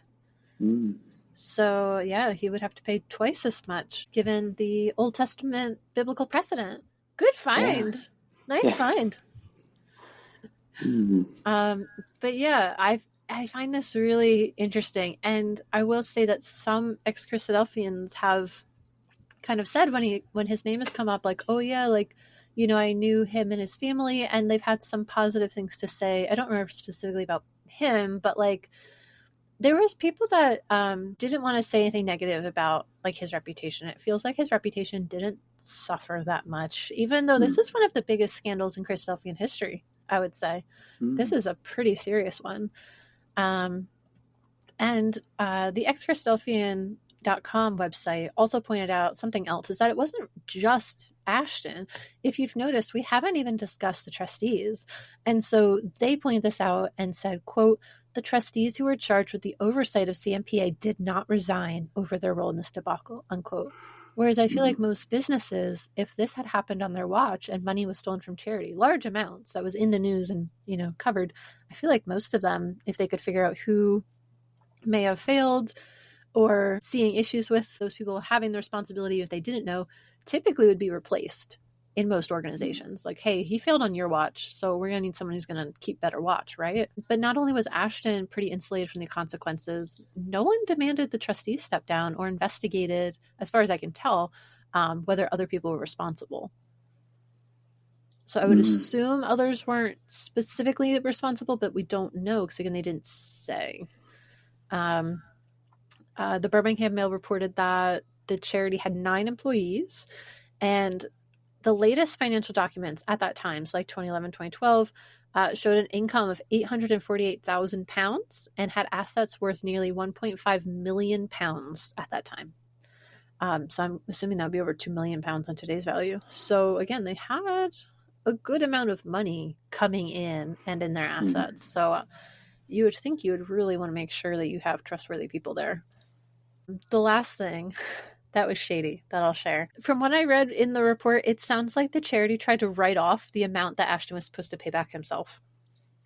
From one of the quotes from the year-end report of December 2012, because it references that in the financial statements that the CMPA trustees recorded a write-off for about £74,000. But then the write-off was reversed in 2012, and then it says that there was the legal charge made against Ashton's residence, which, again, we know was initiated by the charity regulator and not the trustees. So it sounds like they tried to just write it off and not make him pay it back. Again, I'm not a financial expert, but that's what I'm seeing. And then they were like, oh, no, you're going to put a lien on the house and get that money back. Like, you need to insure it. So that's another one that's kind of wild to me, that they're like, oh yeah, he stole that money and he can just keep it. And the amount that wasn't repaid by someone else, again, the donor, we're not worried about. And then the charity commission had to come and be like, oh no, this is your problem. Yeah, you had to deal with this. You can't just write it off.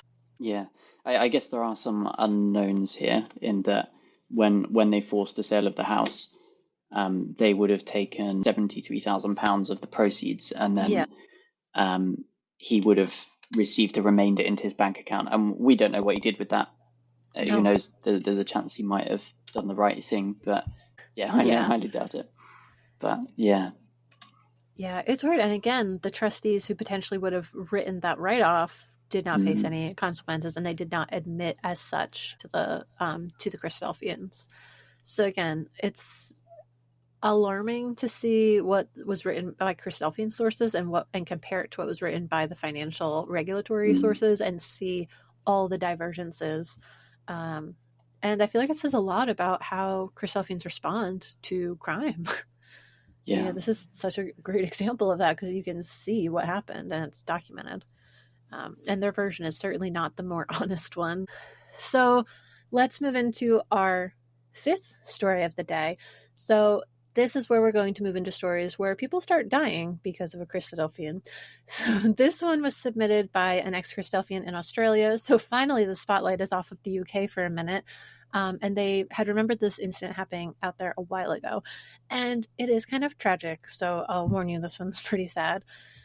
So I'm going to read the article. The article is entitled "Girl on Water Diet Dies." And this is from the November 1975 issue of the Canberra Times. I'm probably mispronouncing that because I do not have an Australian accent, so sorry. So I'll start reading what was written in the article. Quote, "An 18-month-old girl was on a diet of nothing but water for 17 of the last 19 days of her life," the District Criminal Court Sydney was told today. "No qualified medical practitioner would have kept a sick baby on such a diet," the Crown Prosecutor, Mr. D. Murray, said. Mr. Alec Burton, a hygienist of Arcadia, pleaded not liable to the manslaughter of the baby when the hearing began before Judge Cameron Smith. The girl, Elisa Ruth Davies, died on October 28, 1973. In his opening address to the jury, Mr. Murray said that the child was the daughter of Mr. and Mrs. N.D. Davies of Cardiff. He said it was alleged that Mr. Burton took upon himself the task of acting physician to the child without having the competence and proper skill to do so. Mr. Murray said Mr. and Mrs. Davies were members of the Christadelphian faith and had had some relationship with Mr. Burton. On September 30th, 1973, red spots developed on the baby's body, and later she was hot and flushed and obviously sick. The child developed a temperature, and Mrs. Davies contacted Mr. Burton, who advised her to give the child nothing but water until the temperature came down. The temperature stayed up. Mrs. Davies followed this advice, and the baby's temperature remained high, Mr. Murray said. About October 12th, she took the baby to Mr. Burton, who examined her with a stethoscope, looked into her eyes and ears, made a general examination, and advised Mrs. Davies to continue with the treatment of giving her measured quantities of water and nothing else. On October 26th, the baby was taken to Mr. Burton again, and after examining her, he ordered that she be given quantities of milk and fruit juice. On October 28th, the parents became most concerned about the baby's condition, and Mrs. Davies telephoned Mr. Burton again. While she was on the phone, the baby's breathing became labored, then stopped. Mr. Burton told her to get an ambulance, but the child had died. Mr. Murray said there would be evidence that the child suffered ear trouble and also had a clot in the general sinus of her skull. The clot had broken and blood poisoning had occurred throughout her body. Mr. Murray said the Crown put it to the jury that the actions of Mr. Burton caused the child's death. He submitted that a proper doctor, in the circumstances of a raised temperature, would have taken precautionary measures to administer penicillin or some other antibiotic, and no properly qualified medical practitioner would have kept a sick child on a diet of nothing but water for 17 of the last 19 days of its life, Mr. Murray said. Mrs. Elaine Catherine Davies told the court that when her daughter's temperature rose, she asked Mr. Burton if doctors could get the temperature down. Mr. Burton had replied, "Yes, they could, but I would not agree with any of their methods." Under cross-examination by Mr. L.C. Grusman, QC, for Mr. Burton, Mrs. Davies said she had been interested in natural hygiene since 2 weeks before her marriage. She said she understood natural hygiene allowed the body to function as it was created to do without drugs or stimulants.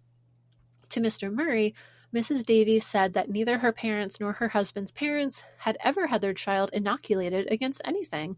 She had followed the same practice herself. The hearing will continue tomorrow, unquote.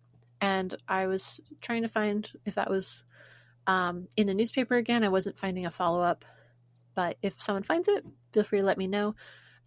So rest in peace, Elisa. She would have been turning 52 years old if she was still alive today in 2025.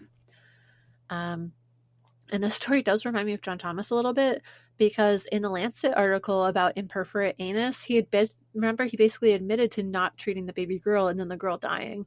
And another similarity is that neither of them was a doctor who was treating these babies, because that's why it says Mr. Burton and not Dr. Burton. As it turns out, Burton was a medical school dropout. And unfortunately, in this instance, it was also in the 1970s when there would have been more tools available in his toolkit, and the death most likely was preventable, whereas at least during John Thomas's time, they really didn't have the same technology and medicine and sanitation available as nowadays. So it's actually worse what Burton did. And the parents continued to only rely on him and his philosophy of wellness, medicine, whatever you want to call it, called natural hygiene. So this sounds like it's a case that could be considered what is now called religiously motivated medical neglect, where parents refuse medical treatment due to their religious beliefs, although I would say refusing medical treatment is not specifically a part of the Christadelphian belief system in general. But it sounds like this belief was pretty aligned with more of like the modern wellness movement, if we can be healthy if we live a healthy lifestyle. But I'm sure that there's a lot of overlap if you did a Venn diagram between these sorts of views on medicine and health and views of conservative Christianity. There tends to be overlap within those communities on that topic. And we already discussed one ecclesia today that was vocal about opposition to vaccines. And they just talked about here not inoculating against illness. So we are seeing that same thing that has been in the community before in the 70s, popping back up now in the present day. And so, these beliefs and choices to avoid some aspects of modern medicine do pop up, and especially in these really intense religious environments. And this is also still a global issue affecting children who are still dependent on their parents to make medical decisions for them. Do you have anything you want to share yet before I keep going and I talk about Mr. Burton? Because I did find some information on him. I don't know if I told you, but I wasn't vaccinated. Ever? No, I had to be vaccinated when I left home. So like at 18 you would have got like your first shot? No, you never told me that. Yeah, so this subject is very kind of familiar for me. I've spent a lot of time looking into what sits behind this, and I think a lot of it comes from in a fundamentalist organization like Christadelphians. You essentially have to throw out the majority of science in order to believe that there's a 6-day creation. And I suppose that's not wrong, yeah. I think at the root of it, that's where it comes from, right? You have to ridicule the evolutionary scientists to think that they could even believe something so contrary to what the Bible says. And it sets kind of the foundation for it, right? For the beliefs. You have to make the Bible superior, so anything that contradicts the Bible must be inferior. Yeah. And if scientists have got this one key thing so wrong, then there's a good chance they've got everything else wrong too. I think that's really what's at the kind of cause of a lot of these types of alternative medicines. And do you remember what specifically the justification was that your parents would have said and used, and if they were influenced by someone else, or if it was specifically their decision based on their reading of the Bible? I don't remember them ever actually using the Bible to justify it necessarily in terms of looking at verses in the same way that the East Kilbride ecclesia would do. They were very much into a lot of the similar arguments. I think you mentioned one of them about them causing autism, for example. It's very much opinions that you'll find on the internet that are there's very or almost no evidence for. Or have actively been disproven, but they choose not to look into that pretty substantial evidence against their views, yes. Yeah. Okay, well, that's really relevant experience, so I appreciate you sharing that, because I did not experience that. My parents got us vaccinated, and pretty much whatever was presented, they're like, yeah, we're going to get you vaccinated, we're going to try to keep you healthy. So I did not grow up with that. But I do hear about it periodically, like whispers of it. But again, it's different ecclesias and different individuals because that's not firmly part of the Christadelphians. So it's up to individual parents to choose what they're going to do. Yeah, I think we were very much in a minority as well. I think it's a very small number of Christadelphians that fall down that trap. Okay. So do you want to hear some more about this guy, Mr. Barton? Yeah. Because I decided to Google him and see like who is this random man, and I found a number of websites. So now it at least gives me some background as to why he was encouraging this couple to starve their baby. So one website gives this basically like the origin story for this guy. It says that apparently in his 3rd year of medical school, Burton was cured of acute appendicitis by abstaining from eating and drinking. This fast supposedly got rid of his fever overnight, and after a week of fasting, he was fully recovered, never had any issues or appendicitis ever again. So apparently he then decided to drop out of med school to focus on natural hygiene. And so this, wellness movement, whatever we're going to call it, this theory, viewpoint, it included diet, exercise, fresh air, and sunlight as kind of its core tenets for health. So again, like the modern wellness movement. And this is the same term that you remember that the mother in this article used, where she said she developed an interest in natural hygiene. That's what it means. She was focusing on lifestyle changes to be healthier and not any sort of medical interventions. However, her baby's fever did not break overnight like his. So that's the first difference between what he went through and what she went through. And so I feel like then you see that this random guy's ego ends up playing a part in this child dying because he wouldn't admit that the fast didn't work. It should have worked overnight. It should have worked within a week, because if he's going off his experience and believing that that's the standard, he was fully recovered in a week and the fever broke overnight. that did not happen. We went on over 3 weeks of this happening, with this forced fast. So his treatment went beyond fasting and into starvation, while also not directing his parents to seek out any medication. And the parents did not go and get a second opinion or see and consult an actual qualified doctor. And then this guy, after dropping out of medical school, what did he do? He went to chiropractic school, like a regular Joe Dispenza.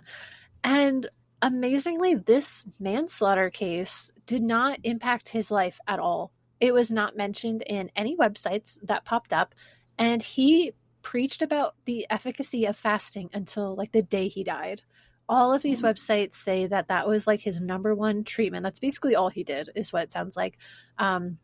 The only thing I did find towards negative publicity about him on these websites was one that mentioned that he had faced 3 counts of manslaughter, but won the case, and it sounded like it was a different case based on just the very short mention that it had, because it was talking about a phone call, and I was like, So I don't know if that was this one or not, and that was 3 counts, and I was like, okay, where do you get the other 2 from?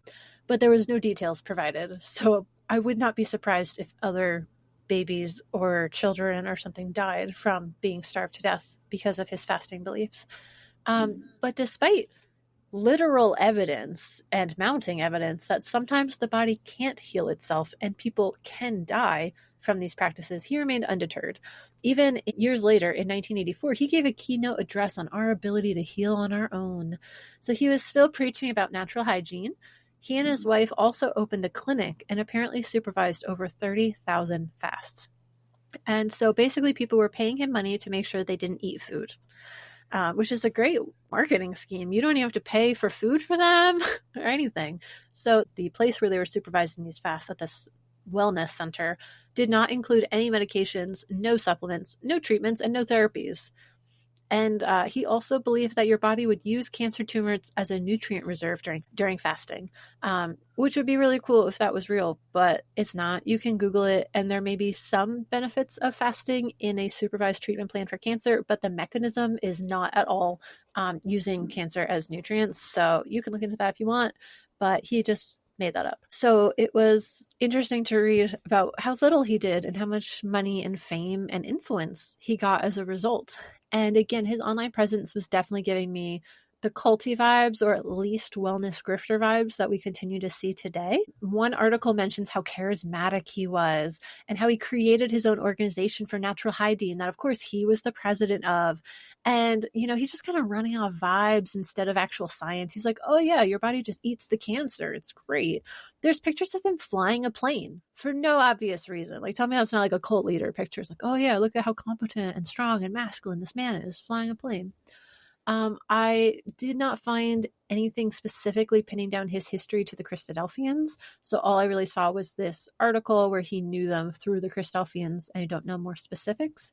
But these Christadelphian parents were influenced by this man into this treatment. And I do wonder if they were more susceptible to his beliefs because they were used to accepting dogma without question as Christadelphians, honestly. So that's everything I found about this case and about the people in it.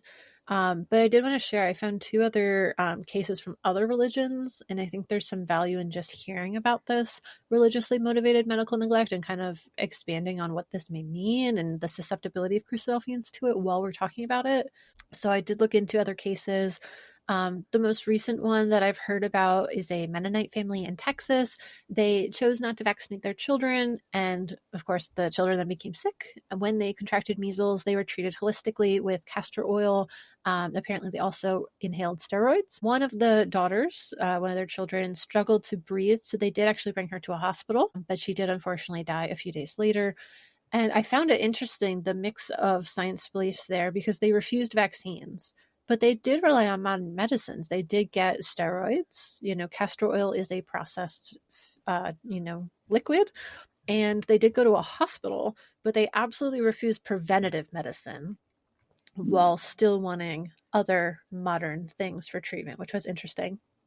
In a statement, the family said that measles is good for the body and that they still refuse to give their children vaccines, even after one of their children died in a preventable death that could have been avoided. by giving them a vaccine.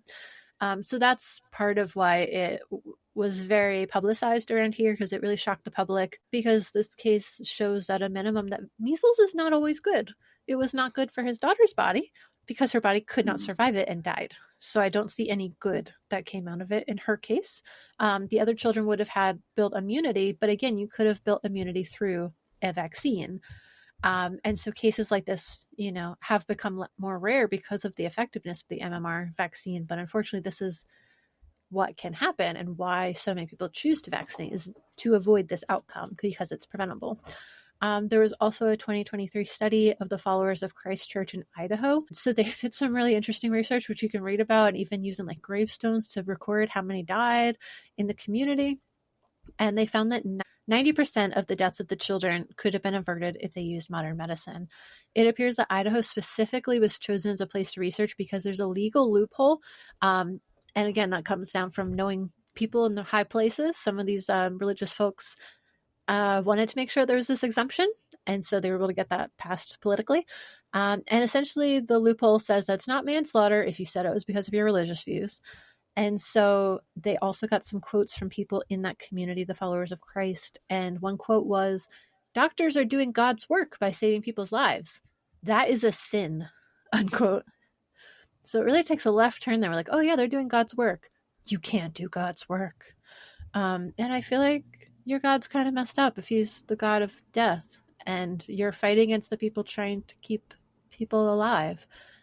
One church member also said that medication is a product of Satan. So there is that demonization of modern medicine as well. And so a few of the things that I got from reading into this a little more to see the reasoning behind some of this, some of the incidences, and if people are learning from it, all that kind of stuff.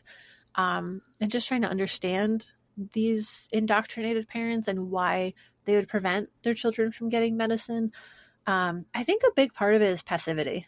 I think it's like the Jesus take the wheel belief, because the underlying belief is kind of everything that happens in life is God's will. So they basically are hands-off parents where they're like, I didn't kill her. God did. God chose to let her get sick. God did that. I have no role. Where they don't take ownership or take action. And again, that plays into the religious beliefs and how that influences how you live your life. There was one story in these articles that's really sad. A 2-year-old choked on a piece of banana, and both her parents and other adults were present. They prayed. They prayed for their daughter to survive choking on a piece of banana instead of trying to remove the banana from her throat to save her life. So I can't think of anything more passive than watching your child die from something physical like that and not taking any action. Even if you don't know the Heimlich and pat the back, flip them upside down. There's devices that you can use. You can stick your finger in there and try to pull it out. There's things you can do, but they would not take any action. Yeah, phone for help if you need an expert. Get an ambulance on your way. And so then, the religion had made it so that they were passive in their own lives and took away their sense of agency and autonomy, which you really need to make good decisions in a medical emergency or to even prevent medical emergencies. Because again, a lot of this comes down to preventative medicine. And I know as a kid, one time I jumped into the pool without floaties because I grew up the youngest again. So I was taunted constantly by my older siblings. They were always bullying me. They're always better than me. So I jumped in and I couldn't swim. So that was a problem. And if my family had only believed in prayer, I would be dead. But fortunately, my mom jumped in, pulled me out, screamed at me, "Don't do that, stupid." And she taught me how to swim. And so I think, again, that shows she was not the kind of woman to be like, oh yeah, if God wants to kill my kids, so be it. She took action. And again, that was important because it saved my life.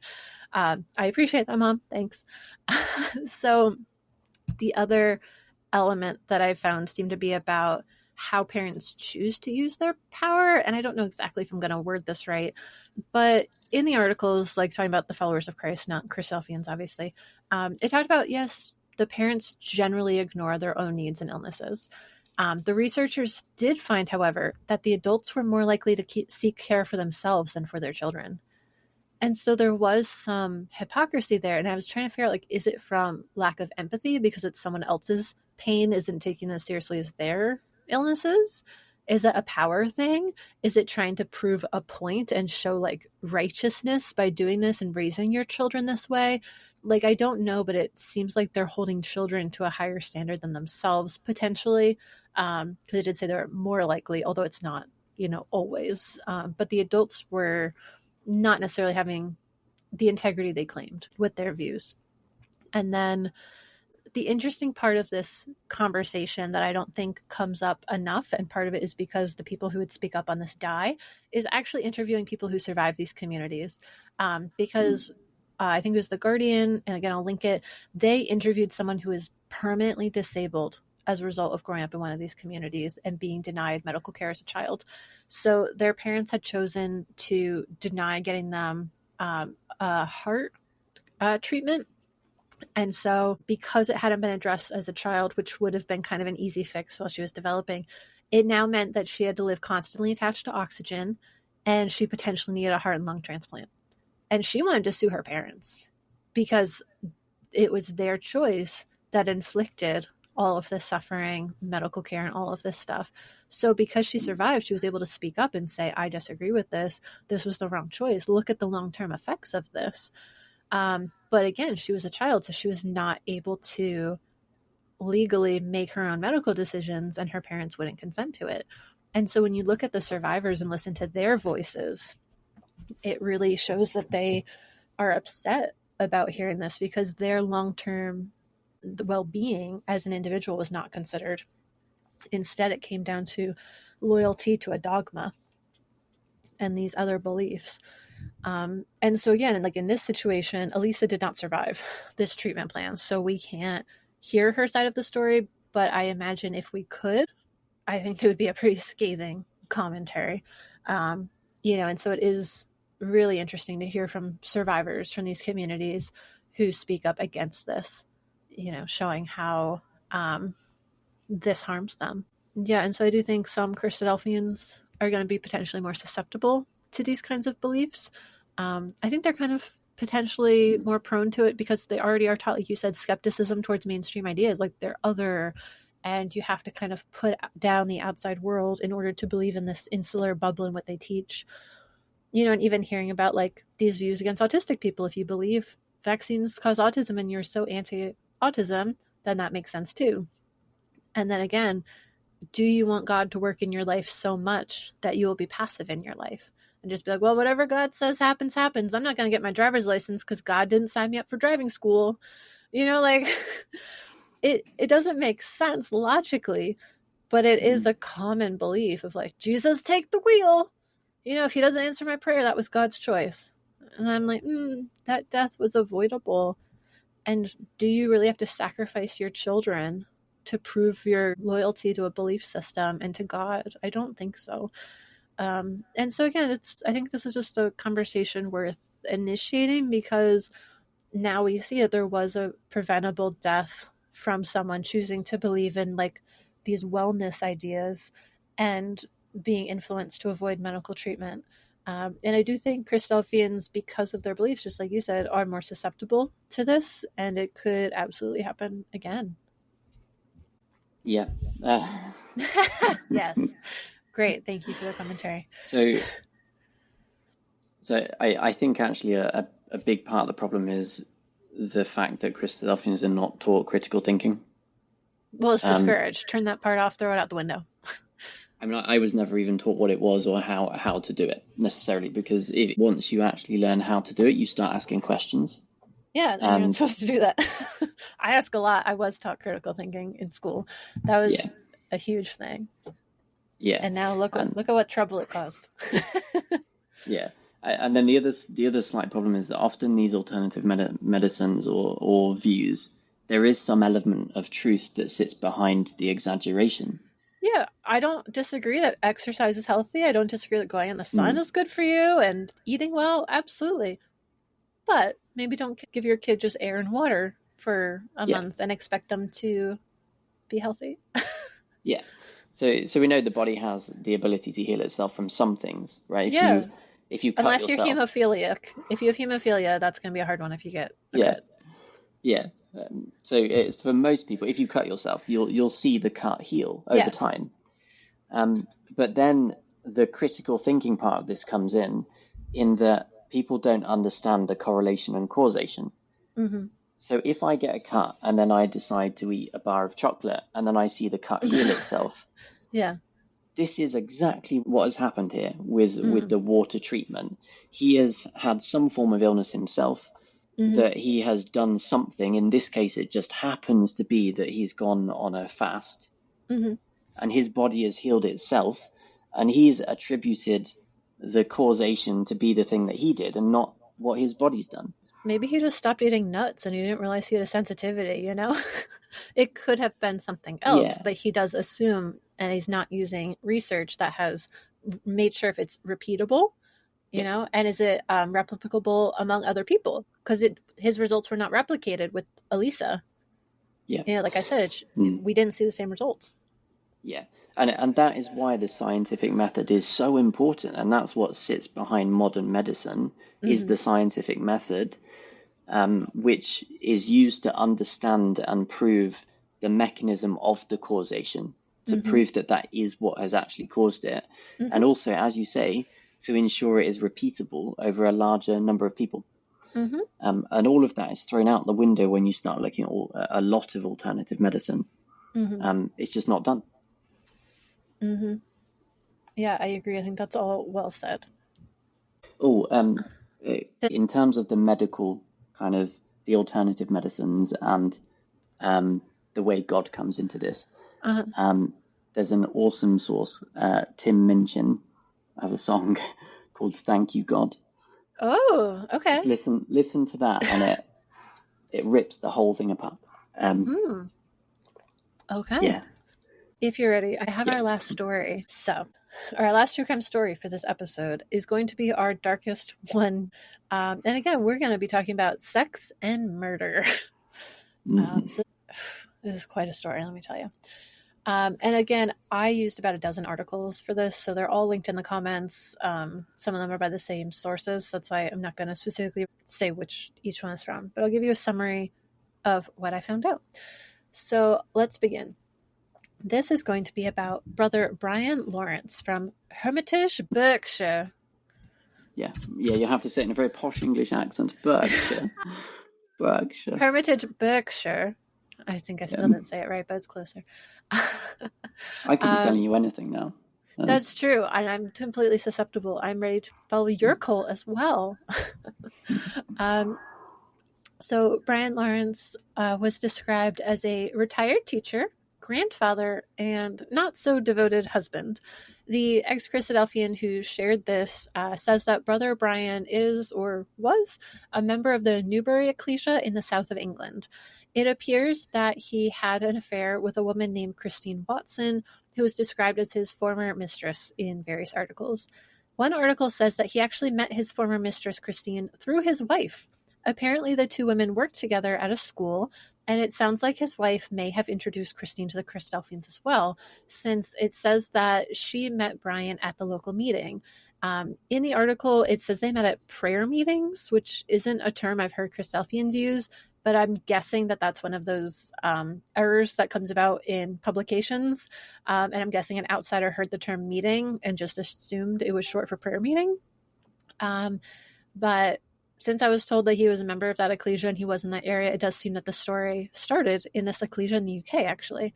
But again, that wasn't really dived into too deep in these articles. Anyways, Christine was also known as Mrs. Watson because she was also married at the time that she had an affair with Brother Brian. The affair lasted for 3 years before she broke it off. However, after things ended, Brian became obsessed with her. So he started stalking her. He installed surveillance inside her home. He listened to her calls, and he apparently was taking pictures of her, so I guess like paparazzi style. He also started turning up uninvited to her exercise classes and other places where he knew she would be. So this is a pattern of behavior that many of us are familiar with, where a controlling, abusive former lover goes crazy, becomes obsessed, and continues to escalate the threat to his former lover's safety, while refusing to admit that his efforts to control and get her back are pushing her further and further away. So this is usually right around the time that a woman tries to get a restraining order and starts to worry about violence, because that's usually how this pattern ends. In a very, very, very, very, very dark twist, and a personal note, yesterday I was at a celebration of life for a woman who went through the same thing. She was followed home by her stalker ex, and who was a jealous stalker and was murdered in cold blood. So unfortunately, this continues to happen to the present day. And that incident happened while we were on break from the podcast this year. So this is a real thing. But we are going back still. We are still in the early 2000s for this story. So let me continue with this story. And we do have a few twists in the story. Our first twist, we would expect that since he is so jealous that he would going to murder her, right? No, he started murdering her friends. Yeah. In a dark turn of events, Brian started his planned killing with her disabled friend. In May 2003, brother Brian apparently bludgeoned a man named Derek Cox to death in his home with a hammer. Then he lit Derek and his house on fire because he was a close friend of Christine. And what did being close to Christine look like? She was nursing him because he was sick with cancer. He murdered a cancer patient in cold blood. Yeah. Well, was he still attending at this point? I don't know. Still in fellowship. Wow. That's only referenced at the beginning of this saga, was that they met, that they were attending meetings. After that, it just is really documenting what happened. So I do not know. No doubt he'd, the week before, he'd done a lecture on loving people. Probably. Yeah. Yeah. So if anyone from the Newbury Ecclesia wants to clarify, you're more than welcome to reach out. And I can add it to the notes or the social media to clarify, but I really don't know. And again, this was almost 2 decades ago. So we'll continue with what has been documented online. So these two men, the man who killed and the man who was killed, they were not friends or anything. And so this violence was so senseless that the police had no idea who did it, and they did not suspect Brian. Why would anyone kill a sickly man, especially someone who didn't even know him, let alone had something to gain from it? So Brian actually got away with murder for a while. And I would presume he was still attending meeting and kind of keeping his cover, and presumably still stalking Christine. But then things kept escalating in his attempt to kind of isolate Christine and get rid of her, competition that he had, as he saw it, the men in her life. So brother Brian met up with an undercover cop because he was trying to hire him as a hitman. And why was he hiring a hitman? Because he wanted to kill Mrs. Watson's husband. One of the sources said his name was John. I don't know. And another one of her friends named Frank Jose. Frank was apparently targeted because he played in a band with Christine, and that was enough to make Brian want to kill him.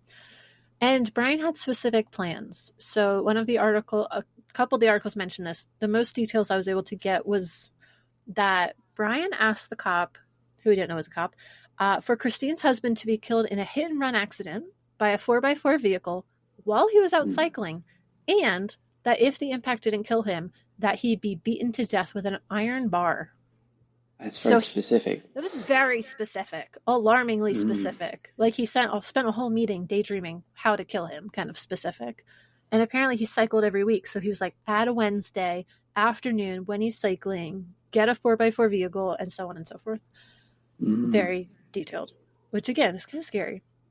Brian also wanted for Mr. Jose, it wasn't going to be doing the same thing twice. No, he wanted Mr. Jose to be mauled to death by a dog, or as a backup, poisoned by carbon monoxide. So 3 different ways of killing someone. And again, the 4th way was beating him to death with a hammer and lighting them on fire, apparently. Yeah, I feel like this is a very dark, twisted mind. He was really lingering on the details. And for someone who used advanced surveillance, he surprisingly didn't realize that this conversation was being recorded. And it was later played for the jury in his trial.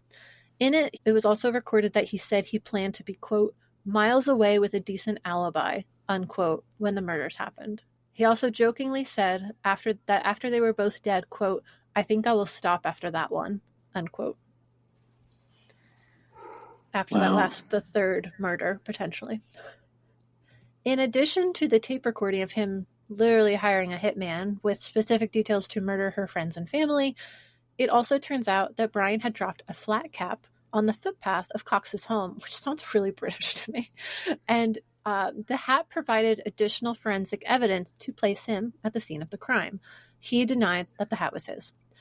And it was actually because of his intense thirst to murder all of the men around Christine and his attempt to hire a hitman that the authorities were able to link Brian to Derek's murder. With this additional evidence, they were able to bring him to trial for murder. Brian pleaded not guilty to murder and soliciting to murder. But obviously, he was convicted of both due to all of the evidence. He was then sent to the Isle of Wight's Parkhurst prison. But that is not the end of Brian's story, because it's time for our second twist in the story. Brother Bryant made the news once again when he tried to escape from prison as he was serving his life sentence for murder. Brian began writing secret letters, and he did this by using lemon juice as invisible ink. He also hid codes in Sudoku puzzles.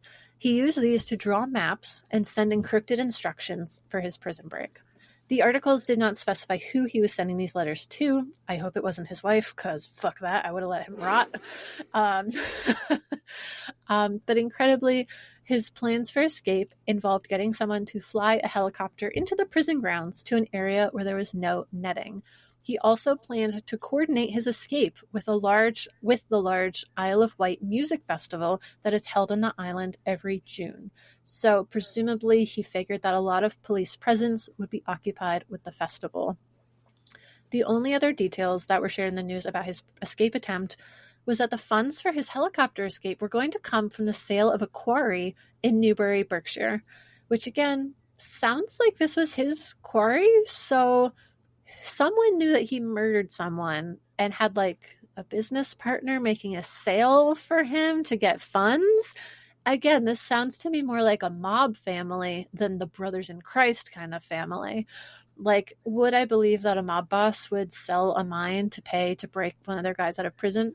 Absolutely. Would I believe that a Christadelphian would ask a Christadelphian to sell a mine to help break them out of prison? No. So I'd be very curious about who was doing what and what was going on at that time. So the rest of the plan was that once he would be flown out of the prison, he was going to flee to Spain. Hopefully that would mean that his murder days were behind him. But seeing as he didn't plead guilty and he didn't admit to doing the murders, I have my doubts. It did not exactly sound like he was a reformed person ready to repent for his crimes. However, his plan was foiled to escape the prison.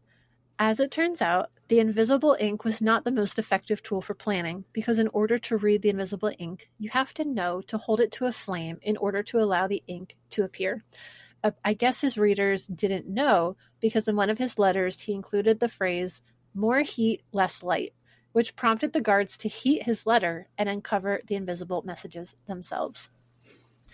The result was that he was transferred to another unspecified prison.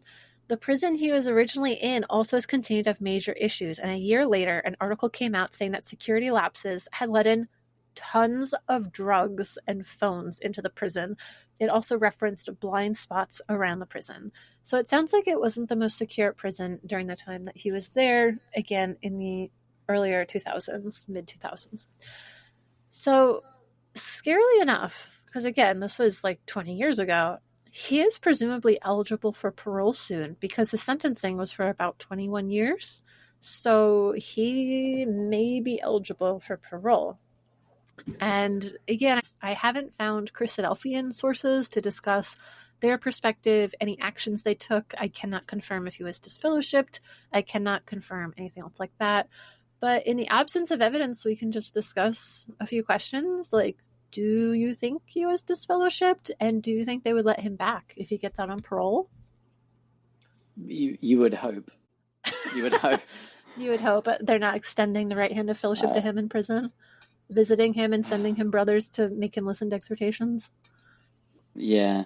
I mean, I'm not sure how it could get much worse than that. Right. Yeah. I would be against it very much. Yeah. Yeah, to go through a trial where you're played a recording of you hiring a hitman and describing in graphic detail what you want to do. And joking about it while describing it. And then to not plead guilty. He's like, that wasn't me. Yeah, I mean, there's no remorse there. And yeah. And I don't think there's really, like, real reasoning, because, you know, someone told me something recently, and it's not scientifically based, but they said there's like a question for a sociopath test. And the question was something like, you know, a guy sees a woman and they never speak, but he then murders her mom. Why did he murder her? Or like a relative. And what's the answer? What do you think? I don't know. That was my response. I said, I don't know. I have no idea why anyone would do that. And she said so that he could see her again at the funeral. And that sort of twisted logic is, I feel like, what we're seeing here is like a psychopathic reasoning or sociopathic, whatever the correct term is, I don't know, where, you know, say he genuinely loves Christine. He wants to be with her. Is murdering her husband and the people she cares about going to bring you closer emotionally and physically to this woman? If she knows what's happening and she's already turned you down, like, there's multiple reasons why the answer would be no. This is senseless violence, even if he feels it makes sense to him. But it's kind of that distorted reasoning where senseless violence is the choice, as opposed to things that other people would say, like, hey, ask her out on a date instead of murdering her mom. Or, you know, just being like, oh, well, she said no, just give it up and stop trying to murder people in her life to say, oh, I could do that. Also, divorce your own wife first, maybe, instead of having affairs with other women. You know, that's a step in the right direction to being with someone else if you're not happy in your own relationship.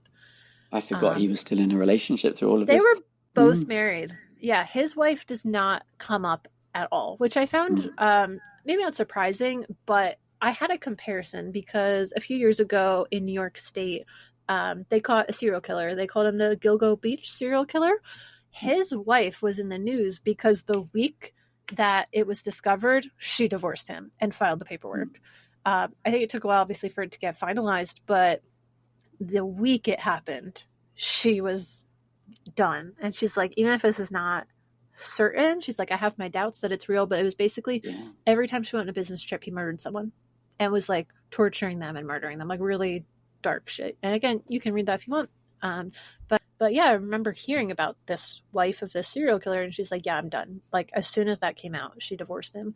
But I wonder, like, in a Christadelphian ecclesial setting, would they have been like, well, divorce is not allowed. You're on with your husband, and God has approved of this union. I'm like, do you think they let her get a divorce? It's such a good question because technically no. Technically, the answer would be no. Most Christadelphian churches would say no, I think. Yeah. But what better reason? It's like, horrific. Fuck it. I would leave the church and be like, fuck you, I'm getting a divorce. But oof.